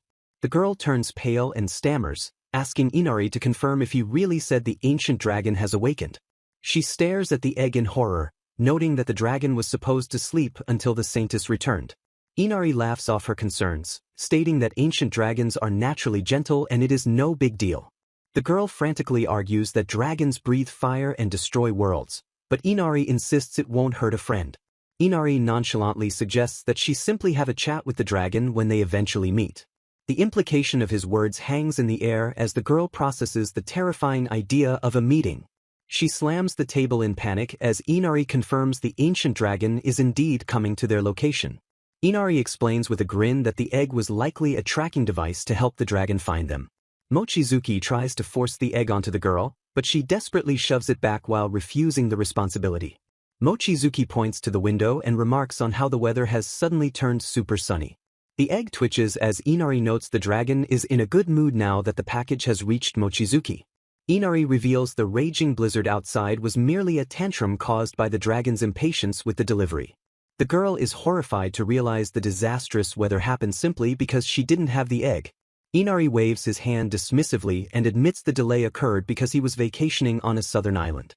He offers to show vacation photos while the girl fumes at the absurdity of the dragon's impatience and Inari's excuse. Inari quickly excuses himself and sprints away from the cabin as the girl screams his name in frustration. Satsuki leans against the log walls of her cabin, muttering in disbelief at the sheer absurdity of the situation. She gazes at the empty path where Inari left, questioning if a god that irresponsible can actually manage the real world. The white wolves approach her on the deck, their leader asking with deep concern if Satsuki-sama is unharmed. Satsuki laughs off the worry, but the wolf insists that being exposed to such powerful magic must have been dangerous. The wolf admits that since it lacks magic power, it couldn't feel the pressure, but it knows it must have been hard on the others. Satsuki confirms the wolf's suspicion, acknowledging with a heavy sigh that the object was indeed the ancient dragon's egg. She explains that the log cabin's barrier contains the magic, so there is no longer any danger of leakage. Satsuki decides to keep the egg inside to ensure everyone's safety, and the wolf agrees that the magical pressure has vanished. Shivering slightly in the lingering cold, Satsuki invites the pack inside to warm up until they feel comfortable. The wolf bows its head in gratitude, thanking her for her kindness. A peaceful silence settles over the snowy landscape, the log cabin standing as a warm sanctuary in the white wilderness. Days later, Satsuki steps out onto the porch, noting that the weather has been surprisingly clear ever since that day. She smiles at the blue sky, wondering if the lack of snow means the ancient dragon is currently in a good mood. Her mind wanders to the heavy titles of ancient dragon, Saintess, and creator god Ignos, feeling the weight of this new reality. She sighs deeply, resigned to the fact that she really is the former Saintess of this world. Distracting herself, she checks her tablet to store items, chuckling at how increasingly fantasy-like her life has become. A splash of green catches her eye, and she gasps to find that a pickled plum seed has actually sprouted. Crouching down, she beams with delight as she realizes the other seeds she planted are also beginning to grow. Satsuki walks over to the newly built stable, calling out to see if anyone is inside. She peeks through the doorway and is greeted by Shiroti, but she notices the rest of the pack is missing. Shiroti explains that the others went hunting, prompting Satsuki to stroke her fur and ask if she is okay alone. The wolf insists she is fine, but Satsuki presses on, worried that she was left behind for a bad reason. Shiroti blushes and reveals that it is actually a happy occasion, confessing that she is currently with child. Satsuki stares blankly, her brain struggling to process the phrase, with child, before realizing it means a baby. The mother wolf nods shyly, confirming the wonderful news with a gentle expression. A massive scream of shock erupts from the barn as Satsuki finally processes the revelation. A lifeless horned rabbit lies on the dirt, a silent trophy of the hunt waiting to be claimed. Yuki beams with pride and presents the kill, his tail wagging as he declares it a gift for Satsuki. Satsuki praises the eager pup for his hard work, causing him to preen under her affectionate touch. A massive thud shakes the ground as Byakuya drops a gigantic beast right in front of the stunned Satsuki. Yuki excitedly explains that his dad felled the titan in a single blow using powerful wind magic. Satsuki smiles warmly, realizing Byakuya is working tirelessly to provide for his partner and unborn child. She stares at the offerings, pondering the logistics of dealing with such wild game. Pulling out her tablet, she appraises the rabbit to confirm if it is truly safe to eat. The appraisal result reveals it is a horned rabbit, a monster capable of growing a deadly spike from its forehead. Satsuki gasps in horror, realizing the cute creature is actually a dangerous monster. Deciding to deal with it later, she quickly stows the carcass away into her digital storage with a poof. She stares at the screen as a new set of options for discard, dismantle, and sell appears. Her eyes light up as she realizes she unlocked these game-changing features when her storage leveled up. Trembling with anticipation, she taps the dismantle button to test the new function. With a satisfying pop, the carcass instantly separates into neat icons of meat, pelt, and materials. Satsuki dances with joy, realizing she can now convert trash to KP and items to gold with zero effort. She quickly organizes her loot, selling the valuable parts and discarding the waste to grind points. She decides to keep the mysterious magic stone and the fresh meat, wondering what the stone does. That evening, The savory aroma of horned rabbit brown stew fills the cozy cabin. Satsuki takes a spoonful and beams, declaring the monster meat to be absolutely delicious. She relaxes with a full stomach, feeling a deep sense of security knowing she can survive off the land. The next day, she wipes sweat from her brow after clearing the brush with her weed whacker. Shiroti the white wolf approaches, offering a polite word of thanks for her hard labor. He quickly shifts the topic, stating they must discuss the growing issue regarding the local spirits. Shiroti explains that Satsuki's presence has caused the spirits to multiply uncontrollably, overrunning the grounds. Chaos has erupted as the spirits have started fighting each other for the privilege of helping her grow trees. Satsuki asks for a solution, and Shiroti suggests expanding the habitat to accommodate the spirit boom. An earth spirit demonstrates that planting more trees would create the perfect home for their kind. A water spirit suggests expanding the pond and digging channels to create flowing water for them. A light spirit hovers near a solar lamp, indicating that installing more lights would satisfy their needs. The young woman walks through the woods with the white wolf Shiroti, musing that expanding the grounds would be the best course of action. Shiroti explains that spirits naturally gather here because other regions lack the spiritual richness of this specific location. Grateful for the insight, she thanks Shiroti and feels she now has a clear direction for her future plans. Wasting no time, she immediately begins working to implement Shiroti's advice. She uses her tablet to select a cedar sapling from the menu and plants it into the digital to physical ground. Continuing her work, she plants a row of saplings along the roadside to cultivate the area. Shiroti digs furiously into the earth until a spring of fresh water bursts forth from the ground. She joins in with a shovel, helping to expand the newly formed pond. They celebrate joyfully as the water flows to create a lovely little stream. To further expand the grounds, she continues mowing the grass and chopping down trees with her tools. Time flies by as she works, and before she realizes it, the calendar has already turned to March. She stands proudly by her car, announcing that the tunnel connecting them to the outside has finally opened. Inside a store, she is thrilled to see snacks and new products she missed during her isolation. Unable to resist the allure of sweets after her winter hibernation, she tosses them into her basket despite her better judgment. She grabs a bag of rice and notices a bulk sale on garden lights, deciding to purchase them as well. The scene shifts to the exterior of a local dining establishment where she stops for a meal. A delicious hamburger steak glistening with savory sauce is served to satisfy her hunger. Visual. Sated and happy, she decides to stop by Inari-san's place on her way back to say hello. She arrives at the Inari campground office and calls out to Mochizuki-sama upon seeing him at the window. Mochizuki greets her warmly, noting her perfect timing as he hands over mail that has just arrived for her. She panics when she realizes the envelope contains year-end tax adjustment documents from her company. Worried about filing her final tax return in time, she is surprised when Mochizuki offers to handle it for her right there. She asks if it is really alright to leave such a complicated task to him, and he assures her it is fine.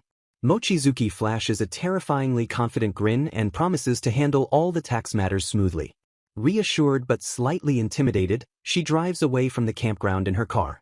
Driving along, she muses that aligning details between two worlds must be difficult, even for a god. Her car enters the dark tunnel, moving toward the bright exit at the other end. Visual. She bursts out of the tunnel and is immediately shocked to find herself driving into a raging blizzard. Screaming in confusion, she questions why the weather has shifted so violently and suddenly. Her car skids and screeches on the icy road as she cries out in terror, sliding dangerously across the path. Satsuki grips the steering wheel, panting heavily as she recovers from the near-death experience in the blizzard. Suddenly, the blinding snow vanishes, replaced by bright sunshine that leaves her bewildered as she questions the impossible weather change. A suspicion forms in her mind as she narrows her eyes, realizing this unnatural shift might have a specific cause. She slams the car door shut and stomps toward the cabin with furious determination. Storming inside, she glares at the dragon egg wrapped in a blanket, screaming at it to get its act together. She berates the egg, yelling that someone could have died in an accident because it made it snow just because she stepped away. Furious, she warns the dragon inside to never pull a dangerous stunt like that again. A vision of the dragon appears, looking dejected and apologetic as it claims it was just worried about her. The dragon sighs, explaining that it felt her presence suddenly vanish and panicked, thinking she was gone from the world. It laments that it can barely control its magic or go outside, wondering if it overslept a bit too long. Whining pitifully, the dragon cries out to the empty air that it just wants to see Satsuki soon.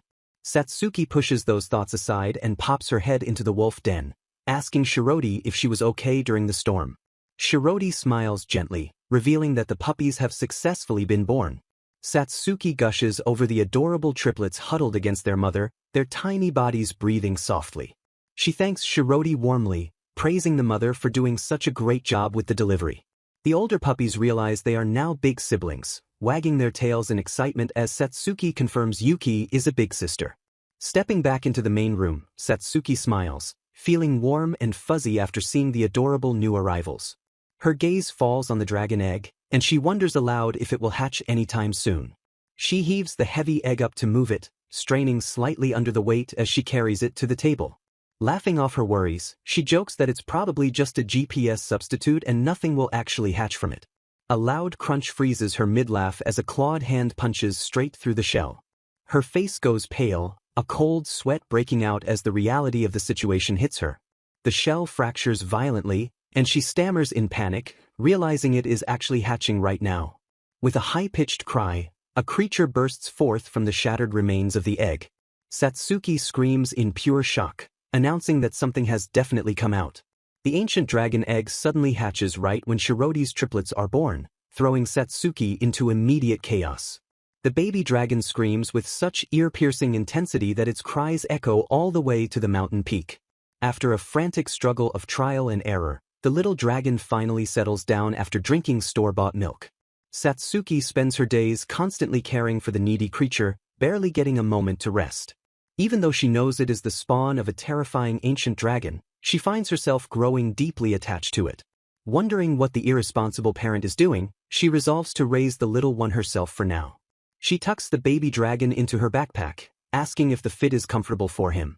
Satsuki steps out onto the porch, teasingly telling the dragon to learn to fly on his own soon. The little dragon chases a butterfly, revealing that its magic power is already stronger than when it was an egg. The Byakuya family returns to their home at the summit of the mountain behind the log cabin. The baby dragon tries to play with the wolf triplets, but his uncontrolled magic scares them off and leaves Satsuki crying. Satsuki is amazed to see that the cherry tree she planted just the other day has already grown massive. She walks through a shower of falling cherry blossoms, admiring the rapid growth caused by the magical environment. Checking her map, she notes the test saplings are doing well and plans to expand planting toward the tunnel.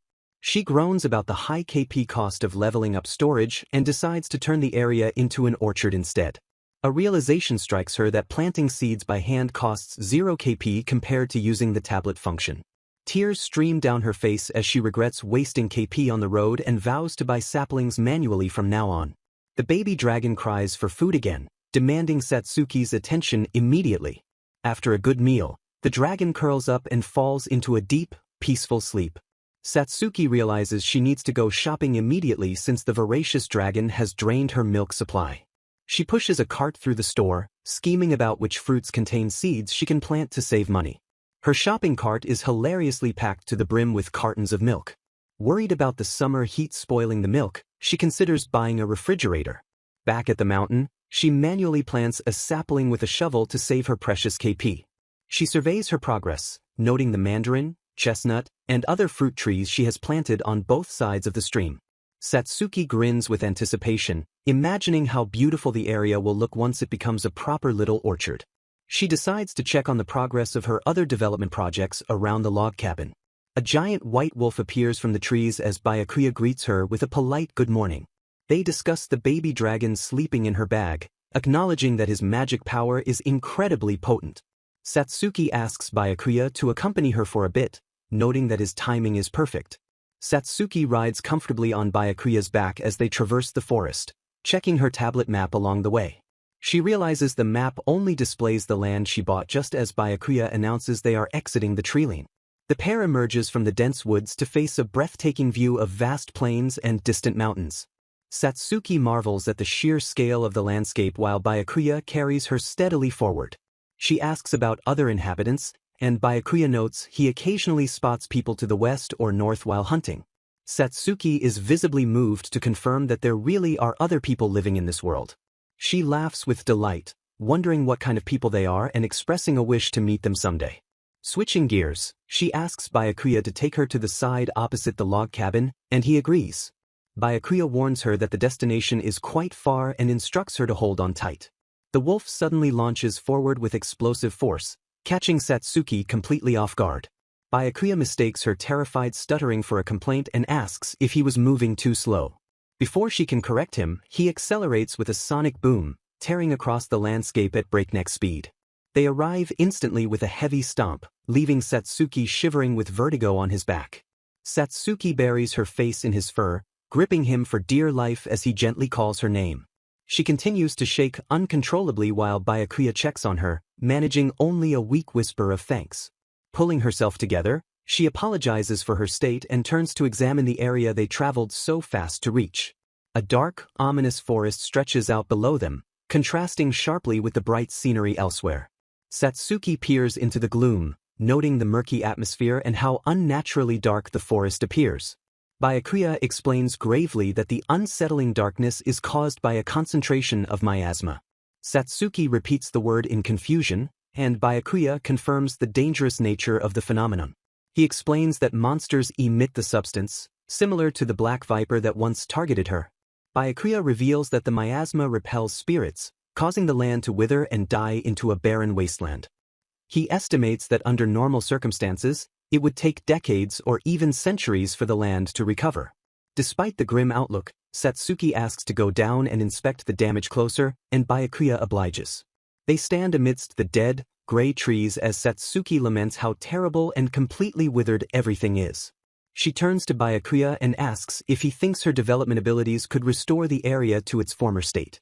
Checking her tablet, she confirms the blighted zone is within her property while Byakuya admits he isn't sure. Byakuya thinks privately that if anyone can achieve the impossible, it is Satsuki, the beloved child of the spirits. Satsuki decides she cannot stand to see a part of her mountain in such a ruinous state. With determination in her eyes, she holds up her tablet and declares that she will try to develop the land back to life. A desolate landscape stretches out, filled with withered trees and barren soil under a gray sky. Satsuki taps her tablet, instantly felling a dead tree while the white wolf watches the digital magic at work. She stares at the fallen log in confusion, realizing she cannot actually harvest or use this wood. Checking her map app, she discovers that her property rights and signal end just beyond this point. She decides to stop her expansion here, noting that she has already consumed a significant amount of KP. Turning back towards the cabin, she plans to establish a base here before attempting to plant anything. A sturdy wooden fence materializes around the perimeter as she secures the area against potential monster attacks. She carefully levels the uneven ground inside the enclosure, saving her points by ignoring the exterior. A simple wooden hut appears in the clearing to provide shelter from the wind and rain. Satsuki places a portable toilet with relief, declaring it the one item she absolutely cannot live without. She beams with satisfaction, declaring that everything is finally set. Celebrating with the wolf, she announces that her withered land base is officially complete. She surveys the dry earth, wondering if the soil is fertile enough to support new life. Browsing her tablet, she decides to buy seeds for a fast-spreading herb to test the land's potential. She notes that the path here needs work and resolves to ask Inari for advice next time. The wolf kindly offers to carry her on his back whenever she needs to travel this route. Satsuki gently declines, preferring to ask only when the ancient dragon's baby is napping safely. The wolf suddenly flinches in terror, stammering a fearful apology to his mistress. Satsuki freezes in confusion as he explains that a deafening cry just rang out from the log cabin. The baby dragon thrashes on the ground, unleashing a massive, ear-splitting wail of distress. Panic explodes as Satsuki screams that she forgot to hurry back, scrambling onto the wolf's back to rush home. Satsuki slaps the energetic baby dragon as it clings to her, telling it she is only heading to the storage shed. Humming a tune, she tucks the creature into her backpack and tells it to behave itself. The narration declares that preparations for even more pioneering are now beginning. Stepping outside, Satsuki realizes she needs to buy more gas for her portable stove soon. She wonders how people here cook since she cannot light a fire inside the house and the log cabin lacks an installed stove. A vehicle suddenly screeches to a halt nearby, catching her completely off guard. The window slides down and Mochizuki cheerfully greets Inari-san with a smile. He explains that he just finished processing her taxes and came by to report, asking what brings her out today. Mochizuki notices the little dragon on her back and asks if it hatched from the egg, calling it a shrimp. He comments that the magical energy radiating from the creature is remarkably strong. Satsuki loudly agrees with him, shouting that she knows exactly what he means. She complains that because of that power, Byakuya and the others fled back to the mountain summit. The dragon thrashes around on her shoulder, prompting Satsuki to scold it for moving so much. As the creature pulls her hair, Mochizuki warns it not to cause too much trouble for Mochizuki-sama. Leaning in closer, he cautions the baby dragon that its master will get angry. He asks if he can name the little one, admitting that dealing with this situation every day is wearing him out. Mochizuki wonders aloud if the creature has the capacity to become a familiar. Satsuki is surprised by the possibility, but the dragon looks absolutely thrilled at the prospect. Mochizuki suggests it could be useful for breathing fire, though he notes Satsuki doesn't look keen on raising it. He points out that as the highest-ranking species, its presence alone will keep other monsters at bay. Satsuki ponders a good name, deciding she cannot raise the dragon without giving it one. Mochizuki suggests the name Kuro since the dragon is black, but the creature looks unimpressed. Satsuki thinks for a moment and offers the name Nero, which also fails to impress the dragon. With a sudden realization, she happily proposes the name Noir. The dragon instantly shines with light, startling Satsuki as Mochizuki watches the reaction. Satsuki stares in shock, unable to believe what is happening right in front of her. The dragon beams with joy and sings her name, having become her familiar with surprising ease. Satsuki declares she will use its fire for cooking, though the dragon admits it does not know how to breathe fire yet. Mochizuki is appalled by the idea of cooking with dragon fire and questions what kind of food she plans to make. Satsuki explains that while the cabin has a kitchen, there is no equipment installed to actually cook with. Ignos notes the absence of a gas line in this world, pointing out the empty space in the kitchen where a stove would typically be installed. The girl realizes Ignos must be from her original world, as he explains the building's layout was modeled directly after real-world architecture. Frustrated by the hassle of changing canisters on her portable gas stove, she asks if there is a more efficient cooking method available in this environment. Ignos grins and reveals the perfect solution, announcing that a magic stove should effectively handle her cooking needs. He explains that the device runs on magic stones and was originally developed for adventurers, though wealthy households now use it for everyday cooking. The girl excitedly remembers she possesses a magic stone obtained from a horned rabbit Yuki brought her, tapping her device to confirm its availability. She eagerly suggests heading out to buy the stove immediately, but Ignos halts her enthusiasm just as she produces the gelatinous object. Ignos urges her to think realistically about the logistics, leaving the girl confused as to why her plan to shop is being questioned. He reminds her that shopping in another world requires foreign currency and warns that magic stoves are quite expensive commodities. Adding to the difficulty, Ignos points out that she doesn't know where the developed towns are located or how she plans to travel there. When she requests a map of the outside areas, Ignos advises her to focus on clearing a road to town first, causing her to grumble in frustration. Ignos suggests she hasn't accumulated enough total KP to unlock a vehicle yet, but she checks her device to verify her current standing. She is startled to see her point total has reached over 22,000, contradicting her belief that she did not have enough KP. Ignos leans in to investigate the device as the girl wonders aloud why her KP increased on its own without her active participation. Ignos explains that KP passively increases when the number of spirits rises, pointing to the history breakdown on her screen. A visualization shows that thanks to Mochizuki's pioneering making the land fertile, many spirits have gathered and boosted her score. Ignos confirms that the process is automatic, assuring her that points will accrue as long as spirits remain in the vicinity. He reprimands her for not checking her KP breakdown regularly, leaving her stunned by the efficiency of this passive system. Shifting the conversation, Ignos asks about her pioneering progress, and she admits she has a matter to consult him about. The scene transitions calmly, indicating the passage of time before their consultation begins. She explains that her car would get damaged on the rough terrain and she needs a vehicle to commute between the Witheredland base and the log cabin. Since she only holds a regular license, she specifically requests a 50 cubic centimeters motorcycle to navigate the area. Ignos finds the concept amusing, noting that the image of riding a modern bike in another world is quite surreal and funny. The next day, Ignos reveals he has already found a used bike through a regular customer who is an enthusiast. A scooter suddenly appears with a heavy thud, shocking the girl with how quickly Ignos managed to procure it. She remarks that the bike looks brand new, and Ignos explains the previous owner bought a car and no longer needed it.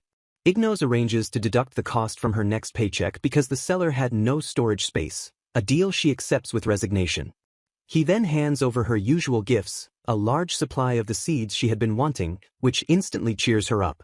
Beaming with joy, she tells Ignos that she has been actively growing all kinds of seeds lately.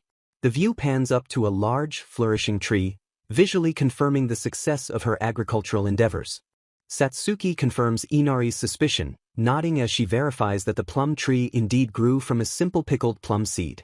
Inari sweats nervously, asking if the dried persimmon and cancherry seeds she mentioned were also planted from processed food. Satsuki beams innocently, admitting she just planted them as a test and found it surprising that they actually started growing. Inari shouts in disbelief, insisting that processed seeds definitely should not be able to sprout under normal circumstances. He explains that seeds treated with heat or pickling only sprout because they were eaten by the former Saintess, imbuing them with blessings.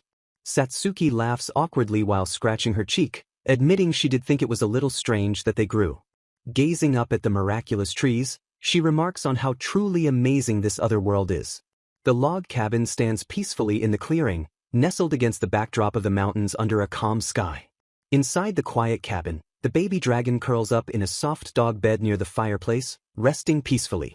The small dragon sleeps soundly, breathing softly in a deep, peaceful slumber. Outside, Satsuki's car and scooter sit parked under the shelter of the cabin's eaves. Satsuki looks at her scooter with longing, deciding she needs to clear a path to the withered land base so she can ride it.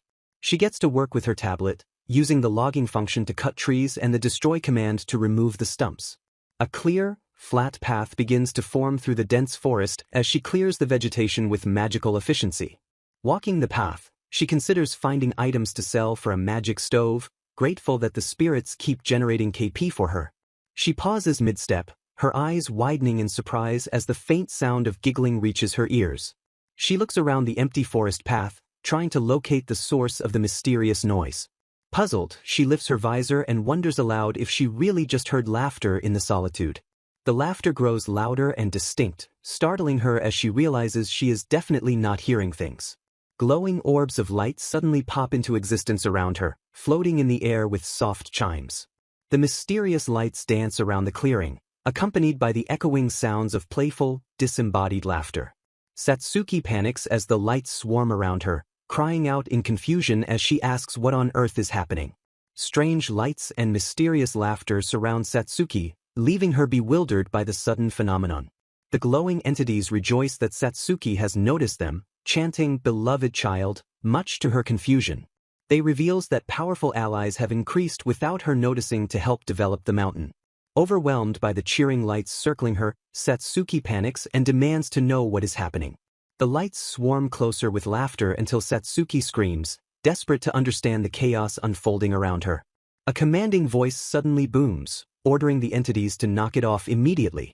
The lights scatter instantly at the command, leaving Satsuki stunned as she looks toward the source of the voice. Byakuya steps forward, asking Satsuki-sama if she is all right as she recognizes her savior. Realizing these annoying lights are spirits, Satsuki clings to Byakuya's fur and thanks him profusely for the rescue. The spirits manifest as small girls and apologize, explaining they were simply overjoyed that the beloved child finally noticed them. Satsuki stares in amazement, confirming with them that they are indeed spirits. Byakuya notes that while he cannot see their shapes clearly, Satsuki has developed the ability to sense them as faint spheres of light. Satsuki realizes the sheer number of spirits explains Shirode's distress and resolves to create more living space for them. A weed whacker roars to life, slicing through the overgrown grass with efficiency. As Satsuki works hard clearing the land, the spirits hover around her, cheering her on as the beloved child. Annoyed by the repetitive title, Satsuki finally interrupts their chanting to correct them. She firmly declares that her name is Satsuki and instructs them to address her properly from now on. The spirits immediately switch to chanting Satsuki with equal fervor, forcing Byakuya to demand they calm down.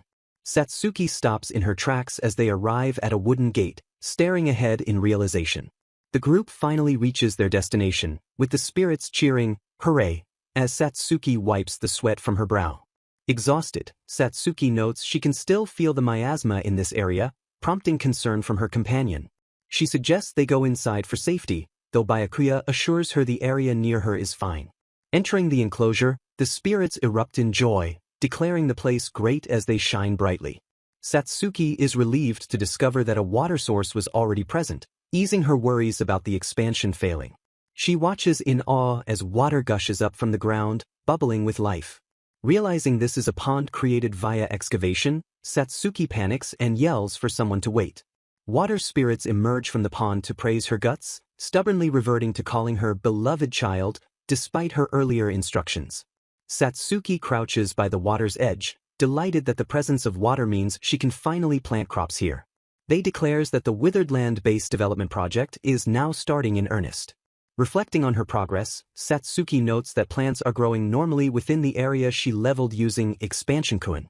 Satsuki discovers that the miasma-tainted soil outside the fence prevents even fast-spreading herbs from growing, causing them to wilt despite her efforts to water them. Realizing that using land preparation on the entire area would consume an impossible amount of KP, she desperately searches for a more efficient alternative. Testing a theory that the earth itself is the issue, she plants a pot of herbs filled with fresh soil directly into the blighted ground. Her hypothesis proves correct as the isolated plant grows easily, confirming that swapping the soil is the key to bypassing the miasma's effects. Thrilled by this breakthrough, she prepares to deploy her secret weapon, realizing she can now cultivate plants without spending any precious KP. She unveils a collection of seedlings she has been cultivating, all grown from the seeds of fruits she has eaten previously. Satsuki explains that these fruit trees possess a unique purification function in addition to a barrier function, a trait derived from the former Saintess's plantings. She plants them with high hopes, believing that if they grow strong, their purification powers could cleanse the entire withered area. The spirits eagerly accept her request to nurture the trees, promising to take care of the growth process for her. She endures eating sour pickled plums every day just to harvest and plant their seeds, trembling from the intense flavor. Though she fears Inari's judgment for her sour expression, she remains determined to line the withered land with these purifying plum trees. Switching tasks, she connects an outdoor solar panel to an indoor power station to establish a sustainable energy source. With the power setup complete, she triumphantly installs a refrigerator, celebrating the upgrade to her living conditions. She asks the light spirits to keep the chargers powered, excited by the prospect of finally enjoying ice cream and cold drinks. While walking outside, her attention is suddenly caught by a development on one of the trees. To her delight, she finds that the cherries are growing rapidly, speculating that they might be big enough to eat soon. However, a logistical problem arises as she realizes the fruit is too high up for her to reach. She decides she needs to buy a stepladder, noting that she will eventually need access to the roof and other high places anyway. Planning to ask Inari for help since the ladder won't fit in her small car, she heads toward the exit. As she grabs her car keys, a voice calls out her name, interrupting her departure. Noir the dragon trots over enthusiastically to welcome Satsuki, surprised to see her awake already. When she asks him to stay home while she runs errands, Noir refuses and insists on accompanying her. Satsuki gently explains that he cannot come because only she is able to travel to the real world. To her surprise, Noir suddenly agrees to wait behind, abandoning his plea to join her. He reveals that he prefers to stay because the ancient dragon is coming to visit soon, leaving Satsuki stunned. Satsuki freezes in panic, demanding he repeat himself as the weight of his casual announcement sinks in. Noir confirms that the ancient dragon is indeed coming, causing Satsuki to break into a cold sweat. When she desperately asks for a time frame, Noir cheerfully replies that he doesn't know, smiling radiantly.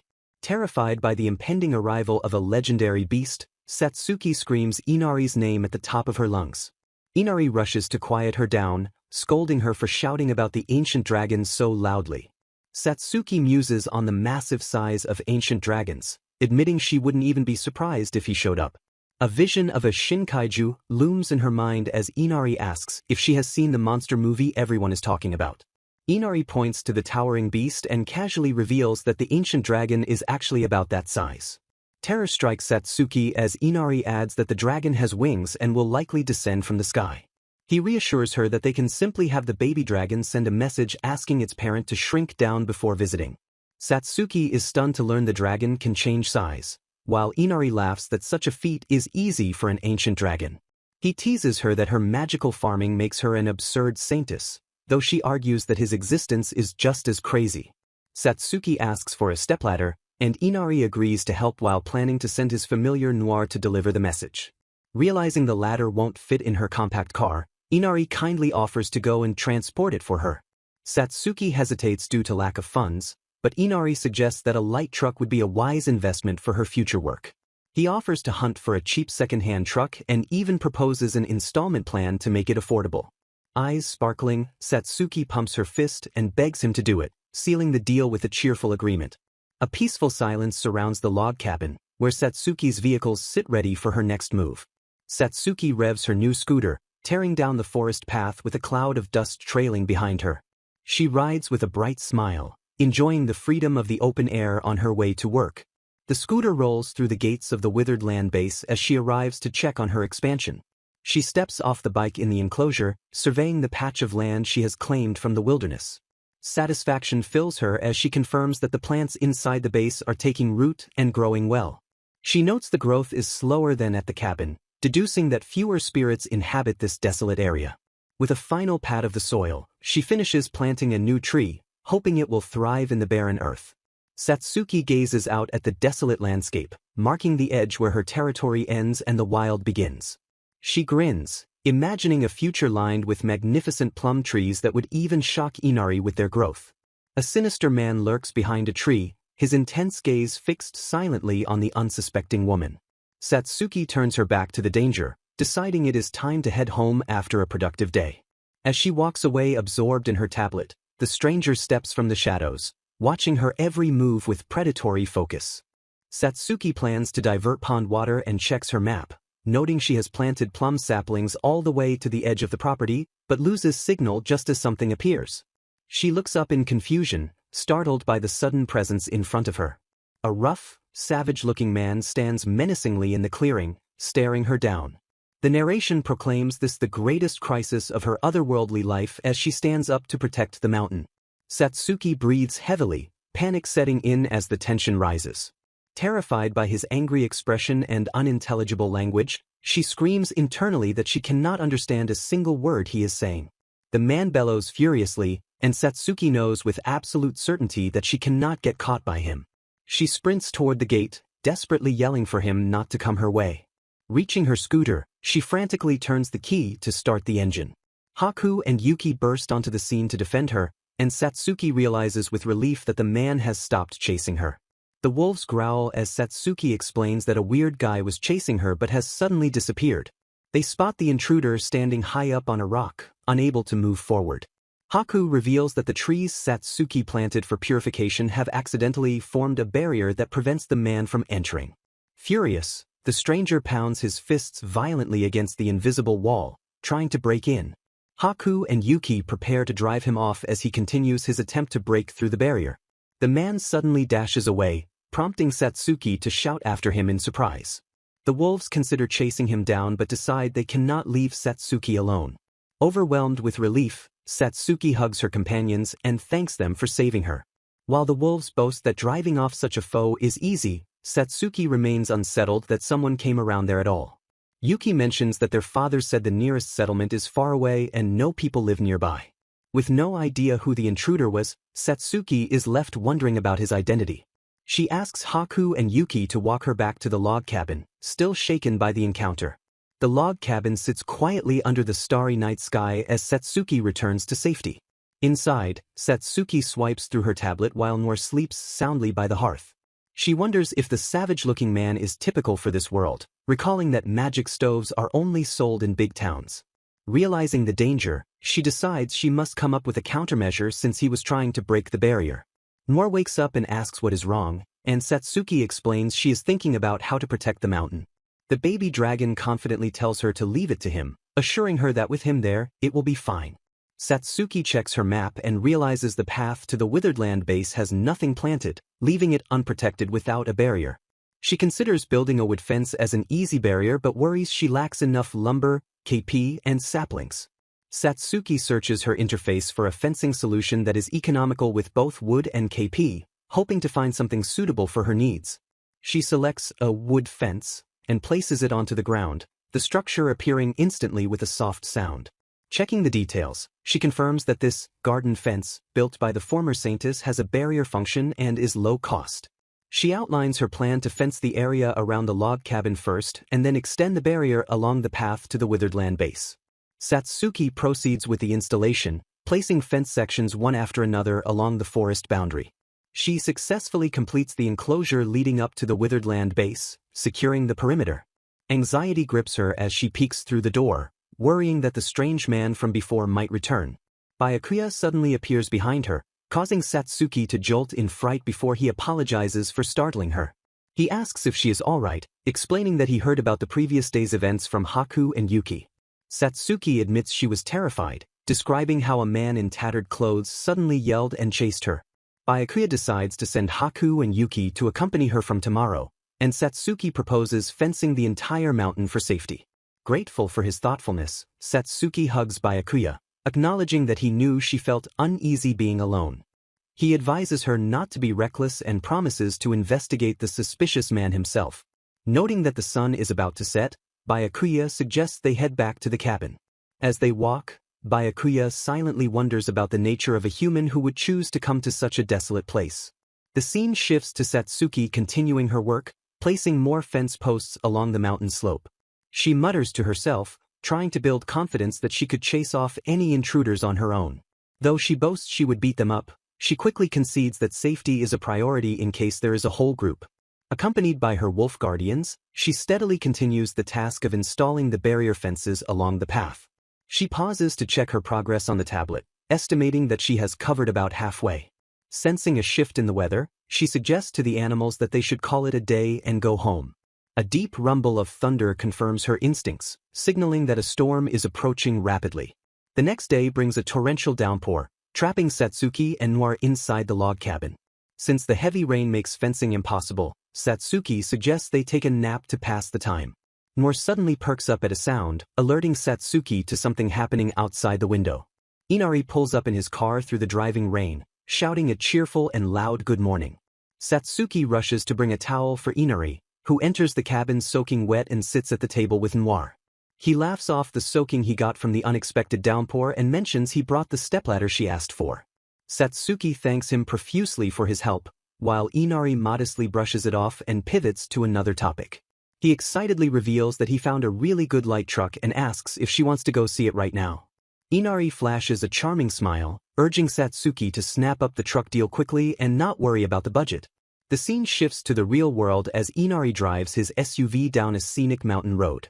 He shouts in disbelief, asking if she really ran into someone in such a desolate place. Satsuki explains that a huge man with torn clothes chased her while yelling in a language she couldn't understand. Inari asks if she couldn't understand him, and Satsuki retorts that she wouldn't be able to shop if she didn't know the language. He laughs sheepishly, admitting he just assumed she would be able to speak it since she is a former Saintess. Satsuki reassures him that her wolves chased the man away, but decides she should report the incident to Ignos. Inari states that he is surrounding the entire mountain with a barrier fence to ensure her safety for the time being. He lists her defenses, pointing out that she has Byakuya and that Noir will soon grow into a reliable fighter. An image of the ancient dragon looms as Inari declares that no one will dare touch the mountain once it arrives. A white wolf sits motionless in the pouring rain, watching from a high rocky outcrop. A group of exhausted beastkin children are dragged through the mud by a man holding their ropes. The wolf narrows its eyes, its gaze locking onto the small, helpless child at the end of the line. Rain streaks down the face of the young beastkin girl as she struggles to keep up with the group. The slaver tugs the children toward a dark cave while the wolf observes silently from the cliff above. A grim realization sets in that there are indeed dangerous elements lurking in this world.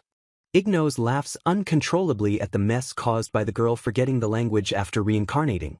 He explains that she ran into trouble because she couldn't understand the locals, but his companion scolds him for laughing at her plight. The man notes that she is safe for now behind a mountain barrier, though she likely encountered a bandit already. To solve the communication issue, he produces a glowing silver accessory intended for her to use. He explains that the earcuff has a built-in translation function and promises to prepare an app for her as well. Looking out the window, he sighs and predicts things will get lively since the ancient dragon is appearing soon. A sturdy vehicle sits parked in front of a log cabin nestled at the foot of the mountain. Satsuki is overjoyed and thanks him profusely, thrilled to learn she can finally communicate using the earcuff. He reminds her to save up and notes that downloading the translation app will require KP. She turns her attention to the vehicle outside, asking if he is really sure about the truck. Mochizuki confirms he is lending her the company rental truck and tells her to use it however she likes. Satsuki feels bad about accepting so much help, but he insists she should consider it hazard pay. She realizes that a light truck might not be enough to deal with the dragons, monsters, and scary old men she faces. She thanks him and leaves, acting flustered enough to make him wonder if something is wrong. Satsuki prepares to finish the fence and instructs Noir to stay behind and watch the house. Noir flaps his wings in protest and declares that he is going with her. Satsuki hesitates since Haku is with her, but Noir flies up to show he can protect her too. The little dragon lands on her head and loudly insists that he is going along. She opens the door and asks if he is really coming, to which Noir chirps a confirmation. A large white wolf observes silently from the cover of the forest foliage. The elder wolf alerts his son that there was suspicious movement in the mountains over there. Warning that the enemy's magic is tough, the father orders Haku to stay with Satsuki despite Noir's presence. He tells Haku to get used to sharing guard duties or he won't be trusted with Satsuki, forcing Haku to agree. A group of armed men marches steadily up the desolate mountain path toward their objective. The bandits spot the pack of wolves watching them from the ridge above. The wolf pack stands united and imposing as they stare down at the intruders. A scout reports the group is heading to Satsuki's mountain, prompting the leader to ask Yuki for an update. The leader inquires about the status of the bandits' hideout where they came from. Learning only a few guards remain there, the wolf declares the pack is more than enough to handle them on their own. The leader turns his gaze to the climbing group and decides that those guys must be dealt with first. Armed thugs ambush their target with lethal intent, sneering that they would have spared him had he not turned his attention their way. Predatory eyes narrow in the darkness as a chilling voice announces that it is time to hunt. A pack of fierce wolves bursts from the shadows, launching a coordinated assault on the shocked bandits. A colossal paw stomps down with earth-shattering force, dwarfing the humans who scramble in sudden terror. The attackers freeze in pure horror, sweating profusely as they gaze up at the monstrous beast looming over them. Wolves tear through the enemy lines, biting and tossing the helpless men into the air with savage power. Agonized screams echo through the ravine before being abruptly silenced by the overwhelming force. Satsuki pauses in confusion as her dragon companion Noir asks if she heard a voice, though she remains oblivious. She dismisses the noise as a strange bird call, leaving Noir to handle the aftermath while she wonders about nature. Noir flies behind the bushes to confront the massive wolf Haku, asking what just happened.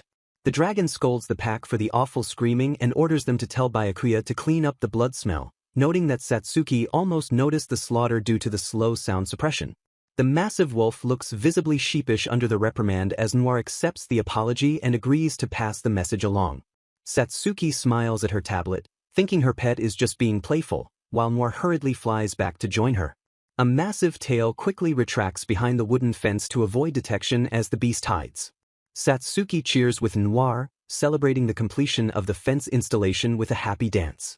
Relieved that the work is finally done, she decides to head home for food and relax for the time being. Deep in a rocky cave, the wolf pack gathers around a collapsed pup, their expressions filled with dread.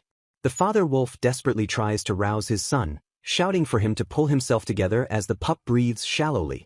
Panting in agony, the father is bewildered why a seemingly small injury is causing such immense suffering. Another wolf suggests poison, prompting the father to declare he will gather antidote herbs immediately despite his confusion. The stark cliffs stand silent under the night sky, casting long shadows over the desperate scene. Morning light filters through the trees at the foot of the mountain, bringing a deceptively peaceful atmosphere.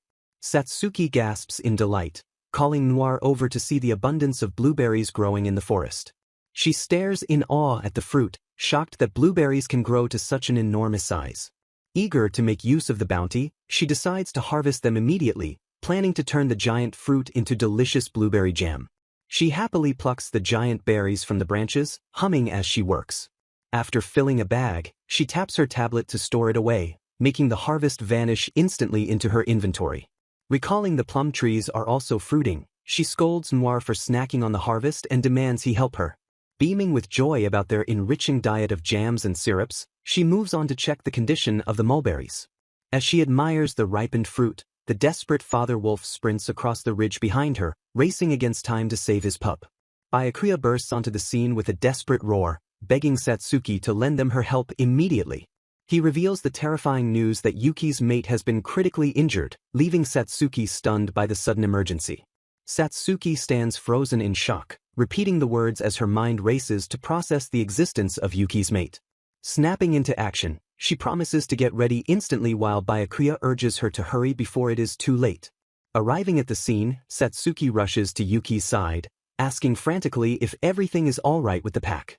Byakuya explains grimly that antidote herbs failed and the small injury has been rapidly worsening since yesterday. Satsuki approaches the growling beast, declaring that she must first clean the wound to assess the damage. The injured wolf bares his fangs, snarling with hostility as pain drives him to reject her help. Yuki slams her paw down on her mate's head, physically forcing him into submission to let Satsuki work. Satsuki thanks Yuki nervously while the male wolf glares daggers at her, humiliated but pinned by his partner. Opening her first aid kit, Satsuki warns the wolf that this might hurt a little but he needs to hang in there. She finishes bandaging the leg, hoping the treatment will stabilize him, though the atmosphere remains tense. The baby dragon offers freshly picked blueberries, but Satsuki worries as the wolf still seems to be in agony. A sudden tension fills the air as the dragon flaps frantically, trying to communicate something urgent to the confused group. Satsuki stares in confusion as the dragon insists she hurry, handing her the bag of berries with desperate intensity. Trusting the creature, she feeds the blueberries to the suffering wolf, praying he won't bite her hand. A fizzing sound erupts from under the bandages as the magical fruit reacts violently with the wound. The wolf's eyes snap open, the pain vanishing instantly as he pushes himself up from the ground. He stands fully cured and wagging his tail, leaving Satsuki gasping in disbelief at the miraculous recovery. The baby dragon clicks its tongue smugly while Satsuki realizes that blueberries in this world are far more than just eye supplements. The dragon explains that the berries only removed the curse because they were specially grown by Satsuki herself. Byakuya interrupts the celebration to reveal that others are also hurt, shocking Satsuki with a mention of a curse. He leads her to a dark, ominous cave entrance, the source of the trouble looming silently before them. Satsuki stares into the abyss, confirming with a tremble that the victims are trapped inside the deep darkness. Realizing she cannot see, she calls upon the light spirits to illuminate the path ahead. The spirits chirp a cheerful agreement, gathering their energy to form a floating orb of brilliance. Guiding the light forward, Satsuki follows the wolf into the cavern, stepping cautiously into the unknown. A putrid stench hits her instantly, forcing her to cover her nose against the smell of decay and filth. The darkness is suffocating, and she commands the spirit to push the light further into the depths. The orb floats forward, casting its glow on the damp walls as Satsuki peers into the gloom. The light reveals a sturdy wooden cage with iron bars, shocking Satsuki as she realizes this is a prison. Inside the cell, huddled together in rags and filth, lie a group of exhausted beastkin children. Satsuki stands paralyzed with horror, her voice trembling as she asks why children are locked in such a place. An explosive force blasts the wooden barricade apart, shattering the entrance to the cave. Satsuki bursts through the dust cloud to check on the survivors, with the massive wolf following close behind. The captured beast children recoil in terror, shocked by the sudden and violent intrusion. Satsuki waves gently to calm the flinching child, apologizing for the scare and assuring them she is there to help. Byakuya surmises that the silent child simply cannot understand Satsuki's language rather than being afraid of him. Realizing the communication barrier, Satsuki activates her ear-cuff device to bridge the gap. She tests the translation function, asking the trembling boy if he can understand her words now. The boy stares at her in disbelief, stammering as he tries to process what is happening. He asks in awe if she is the master of the legendary Fenrir standing beside her. Satsuki awkwardly corrects him, explaining that the great wolf is actually her familiar. Pure amazement fills the boy's eyes as he processes this incredible revelation. Satsuki learns his name is Gazu and urges him to leave, but he wobbles weakly when trying to stand. Gazu freezes abruptly at the threshold, trembling as Satsuki questions his sudden hesitation. He confesses he cannot go past that point, blocked by an invisible barrier at the broken stakes. Satsuki is horrified by the realization that a slavery crest might have been carved into the child. Byakuya explains that the crest is a dark sorcery used to bind slaves and prevent them from escaping or rebelling. The wolf identifies the location of the brand on the boy's nape, prompting Satsuki to curse the cruelty of it. Byakuya confirms the curse by its distinct, unpleasant smell while Satsuki examines the star-shaped mark. Satsuki confirms with Byakuya that the mark is indeed a form of magical binding sorcery. She proposes using the magical blueberries to dispel the curse just as she did previously, and Byakuya agrees it might work. She fears dispelling the crest will alert the caster, a risk Byakuya acknowledges as probable. Gazu reveals that the handover meeting with the slave merchant is happening very soon. The boy recalls the terror of being kidnapped along with the others by the laughing bandits. He explains through tears that they were all destined to be handed over to a slave merchant. Satsuki reacts with righteous fury, declaring the situation absolutely terrible. Furious that children are being enslaved, Satsuki taps her device and declares they are leaving this place immediately. She offers a single blueberry to the boy, urging him to eat it to break the bind. Gazu hesitantly swallows the fruit as instructed. Steam rises from his neck as the slavery crest fizzles out and vanishes completely. Satsuki cheers that the mark is gone and tells the freed boy he can finally step outside. Satsuki offers giant blueberries to the exhausted beastkin boy, insisting she will help and that they must feed the other kids too. She feeds a berry to a weakened girl while carrying another child on her back, guiding the rescued group through the cave. The massive white wolf carries Satsuki and the girls, commanding the group to leave the area quickly. The beastkin boys claim the fruit gave them strength to run, but Satsuki worries about the long distance ahead. One boy refuses to ride the sacred Fenrir-sama out of respect, shouting that they will run instead. The giant wolf instructs them to eat one more berry each and follow the white wolves, assuring Satsuki that beastkin are sturdier than humans. Satsuki orders Byakuya to go slowly while Yuki takes the children to the base, and the little ones happily munch on the tasty fruit. The pack races off with renewed energy, leaving the cave behind as the children challenge each other to a race. Satsuki reflects grimly on the presence of kidnappers and slave traders in this area as they travel. A furious man storms into the empty cave, wondering where everyone went and suspecting the man he saw earlier was a rival kidnapper. Satsuki decides to stop thinking deeply about the villains, satisfying herself with the fact that they successfully saved the children. Arriving near the base, Satsuki is confused to see the wolves and children stopped outside instead of entering ahead of her. She panics upon realizing she forgot about the barrier, which restricts entry to everyone but herself. The giant white wolf looks at her expectantly as she frantically wonders what to do about the restriction. Byakuya suggests making the female wolf a familiar, asking Satsuki to give Yuki's mate a name. He explains that doing so will allow the subordinate white wolves to enter the grounds as servants, shocking Satsuki with the revelation. Satsuki puts the children down and approaches the female wolf, preparing to grant her a name. A flash of light erupts as she bestows the name Snow upon the white wolf. Snow thanks Satsuki profusely with tears in her eyes for saving her. The newly named Snow rubs affectionately against her mate, overjoyed that breaking the curse allows them to be together again. The subordinate wolves suddenly line up with sparkling expressions, having officially become Satsuki's servants. The giant wolf explains that if Satsuki grants permission to the children, they will also be able to enter the grounds. Satsuki sighs at how crazy this world is, noting the barrier will bounce away anyone harboring malice towards her. She asks the children to tell her their names, realizing she only knows Gaza's name so far. The beastkin children introduce themselves enthusiastically as Maru and Theo. The human girls follow suit, introducing themselves as Sally and Catherine Extero. Satsuki formally invites Gazu, Theo, Maru, Catherine, and Sally to enter, granting them access through the barrier. The children gasp in amazement as they slowly step through the invisible wall, thrilled to have gotten inside. The giant wolf urges them forward, carrying the girls on his back as the boys run alongside him toward the base. The group finally arrives at the fenced enclosure, safe and sound at their destination. Satsuki instructs the group to rest in the hut while she heads out to prepare the necessary supplies. She tallies the requirements, noting the children's ragged state demands fresh clothes and warm bedding immediately.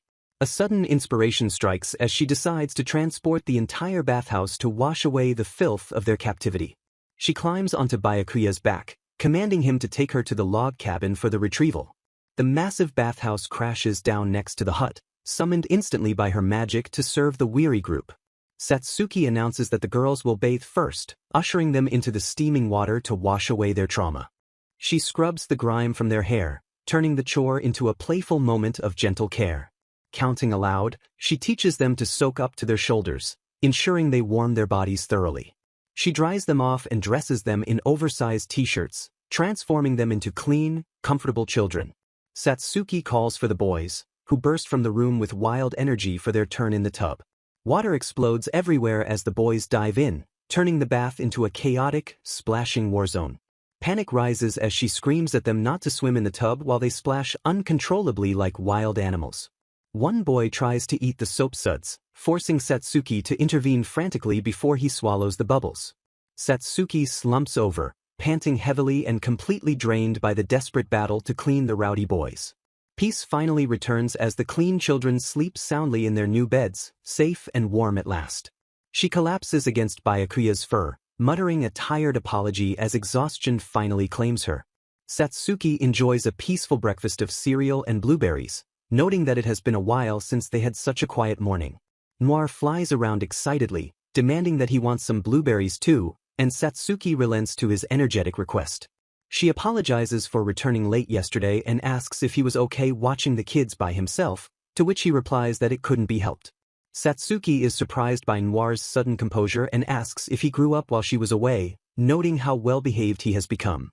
Though embarrassed by her praise, Noir insists that maintaining dignity is only natural for the kin of the ancient dragon. Delighted by his attitude, Satsuki cheers and decides to award extra blueberries to the very admirable Noir. A vehicle arrives at the property gate, its engine making a loud vrooming sound as the rider stomps on the starter. Satsuki asks Byakuya if the noise is really that loud, and the wolf confirms that the machine is as noisy as ever. Byakuya reminds her that they have superior hearing as Satsuki rushes out the door to check on the visitor. Gazu opens the door and Satsuki greets him with a cheerful good morning, though he looks startled by the sudden activity.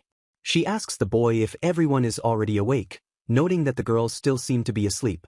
Stepping into the room, Satsuki calls out a bright good morning to the rest of the group. To her confusion, the children are huddled together and quivering in sheer terror. Satsuki panics seeing their fear and frantically asks what happened and why they are so scared. The children cry that they heard a loud growling and roaring sound, leading Satsuki to realize the motorbike frightened them. She tries to reassure them that the vehicle is totally safe and won't attack anyone, despite the loud noise. Chaos ensues when she warns Gazu not to touch the bike because it's dangerous, which only convinces the kids that the machine is indeed a threat. Outside, a pot boils on a portable stove as preparations for a meal get underway. Satsuki serves freshly cooked food to the hungry children and wolves at a camping table. The group digs in voraciously, munching and gobbling down the warm meal with great enthusiasm. One of the girls takes a bite and freezes, flabbergasted by the delicious taste of the food. Her eyes sparkle with pure delight as the flavor overwhelms her senses. The girls smile and blush happily as they continue to munch on their breakfast. Watching them eat, Satsuki realizes she still hasn't properly introduced herself to the group. She introduces herself as Mochizuki Satsuki and asks them to call her by her given name. Catherine is surprised by the family name and asks if Satsuki is also a noble. Satsuki is confused until she realizes that in this world, only nobles possess family names. Catherine confirms the suspicion, revealing that she is the daughter of Duke Extero. Satsuki is horrified to learn that kidnappers snatched the daughter of a high-ranking noble, wondering how she ended up in such a place. Staring at the empty plates, Satsuki realizes she cannot handle this political minefield alone and decides she must consult Inari immediately. Satsuki asks Gazu to take charge of the base, announcing her plan to head out for an afternoon shopping trip. Gazu hesitates, his face full of uncertainty as he asks if it is really okay for them to remain there. She reassures him that the barrier and the white wolves will provide safety against any returning kidnappers. The young beastkin beams with relief, his anxiety melting away at her confident words. Satsuki speeds off on her scooter, leaving the waving children behind with a cheerful goodbye. Back in the real world, she pulls her car up to a clothing store to begin her mission. She laughs at the absurdity of buying children's clothes before she has even found a husband or started a family. Scanning the racks, she hums thoughtfully while trying to select outfits that might fit the beastkin children. Panic sets in as she realizes she doesn't know their sizes, but a bargain sale sign quickly resolves her dilemma. Loading heavy bags of fashion into her car, she hopes the children will appreciate her choices. With clothing secured, she checks her list and heads out to purchase bedding and food supplies next. She arrives at Inari camp under a bright sky, looking for assistance with her haul. Worried she is running late after her shopping spree, she wonders if Inari is still around. She finds Mochizuki and sighs in relief, though he looks concerned by her frantic arrival. Over canned drinks, she explains the dire situation regarding the kidnappers and the rescued children. Mochizuki reacts with disgust, lamenting that hopeless criminals are spreading everywhere and targeting nobility. He abruptly stands up and volunteers to accompany her, determined to help handle the situation. They cross into the other world together, with Mochizuki insisting he needs to fully understand the situation to be of use. The Beastkin children look up in surprise as the pair arrives at the campfire. Gazu sprints forward to welcome Satsuki back, his tail wagging with excitement. He skids to a halt upon seeing the stranger, while Satsuki apologizes for her late return. Satsuki introduces Inari as a helpful ally, and the man offers a friendly smile to the wary child. Inari's expression shifts to intrigue as Gazu stammers a nervous greeting. To everyone's shock, Inari leans in and asks if the boy carries the blood of the legendary Fenrir. Satsuki is desperate to know more, but Inari dismisses the topic for later, leaving her mind reeling about Gazu's parentage. He points out that the hungry group is waiting, redirecting their focus to the immediate need for dinner. Curry bubbles in the pot as Satsuki gets to work preparing a warm meal for the gathered refugees. She feeds a cherry tomato to the amazed Gazu, who has never seen such a crop before. A serious girl approaches Catherine, verifying her identity as the noble Catherine Sama. Under the starry night sky, the girl requests a private word, signaling a shift in the atmosphere. Satsuki presents a feast of curry and bread to the hungry children, beaming as she tells them to enjoy the meal. She explains that they can eat the salad as is or dip the bread into the curry if they find the spice too intense. The silver-haired girl takes a hesitant bite, dipping the soft bread into the rich sauce before tasting it. Her eyes light up at the delicious flavor despite the spice, while Satsuki checks if Catherine can handle the heat. Outside the lively tent, Inari sits quietly on a stump, watching the warm scene with a gentle smile. Satsuki offers a bun, but when Inari declines, she apologizes and admits she actually has none left to give him. Inari reveals the shocking truth that the girl, Catherine, is actually the daughter of a high-ranking duke. A flashback shows Catherine's carriage being ambushed by kidnappers while she traveled with Sally to meet the previous duke. Inari explains the noble hierarchy to a confused Satsuki, questioning why common kidnappers would dare target a duke's daughter. He suspects a conspiracy involving an insider, noting that mere bandits wouldn't have the guts to attack such a high-value target. Changing the subject, Inari asks if Satsuki can use the map app yet, to which she awkwardly admits she still cannot. He sketches a rough map in the dirt, illustrating the 3 major nations surrounding the ancient Dragon's Mountain. Satsuki points to the middle region, confirming that Gazu's Beastkin country is separate from Catherine's human homeland. She asks why children from different nations were captured together, and Inari suggests they were likely bundled for a bulk sale. Inari advises that they must return Catherine quickly, as her powerful family is undoubtedly searching for her. He warns Satsuki that if a rescue party arrives, they might mistake her for the kidnapper and attack on sight. He reveals that Catherine has a magic stone embedded in her shoulder that functions like a tracking GPS. Satsuki panics, asking why no one came to rescue them immediately if the location signal was active. Inari explains that the slavery crest drained her magic power, disabling the signal until the crest was removed. He suggests the safest course of action is to simply wait until the ancient dragon arrives to sort this out. Laughing at her fears, he assures her that with an ancient dragon present, no human army could possibly harm her. Shifting focus, he asks if Satsuki has actually spoken to the Beastkin children yet, and she admits she hasn't. The Beastkin boy speaks up, introducing himself and revealing that they come from a village of wolf Beastkin. He describes the horror of their village being suddenly attacked by a horde of rampaging monsters. While fleeing the destruction, they ran straight into human kidnappers who captured them in their vulnerable state. With pleading eyes, the children express their desperate desire to return to their village immediately. Satsuki hesitates, reasoning that it is too dangerous to send them back now with monsters and kidnappers still roaming. The children look down in disappointment, their hopes dimming as the reality of their situation sinks in. Satsuki suddenly slams her fist into her palm, shouting that she has made a decision. She declares that she will upgrade this base to make it incredibly comfortable for everyone. Smiling warmly, she invites them to stay here as long as they want until it is safe to return home. The children cheer in unison, their faces lighting up with joy and relief at her kindness.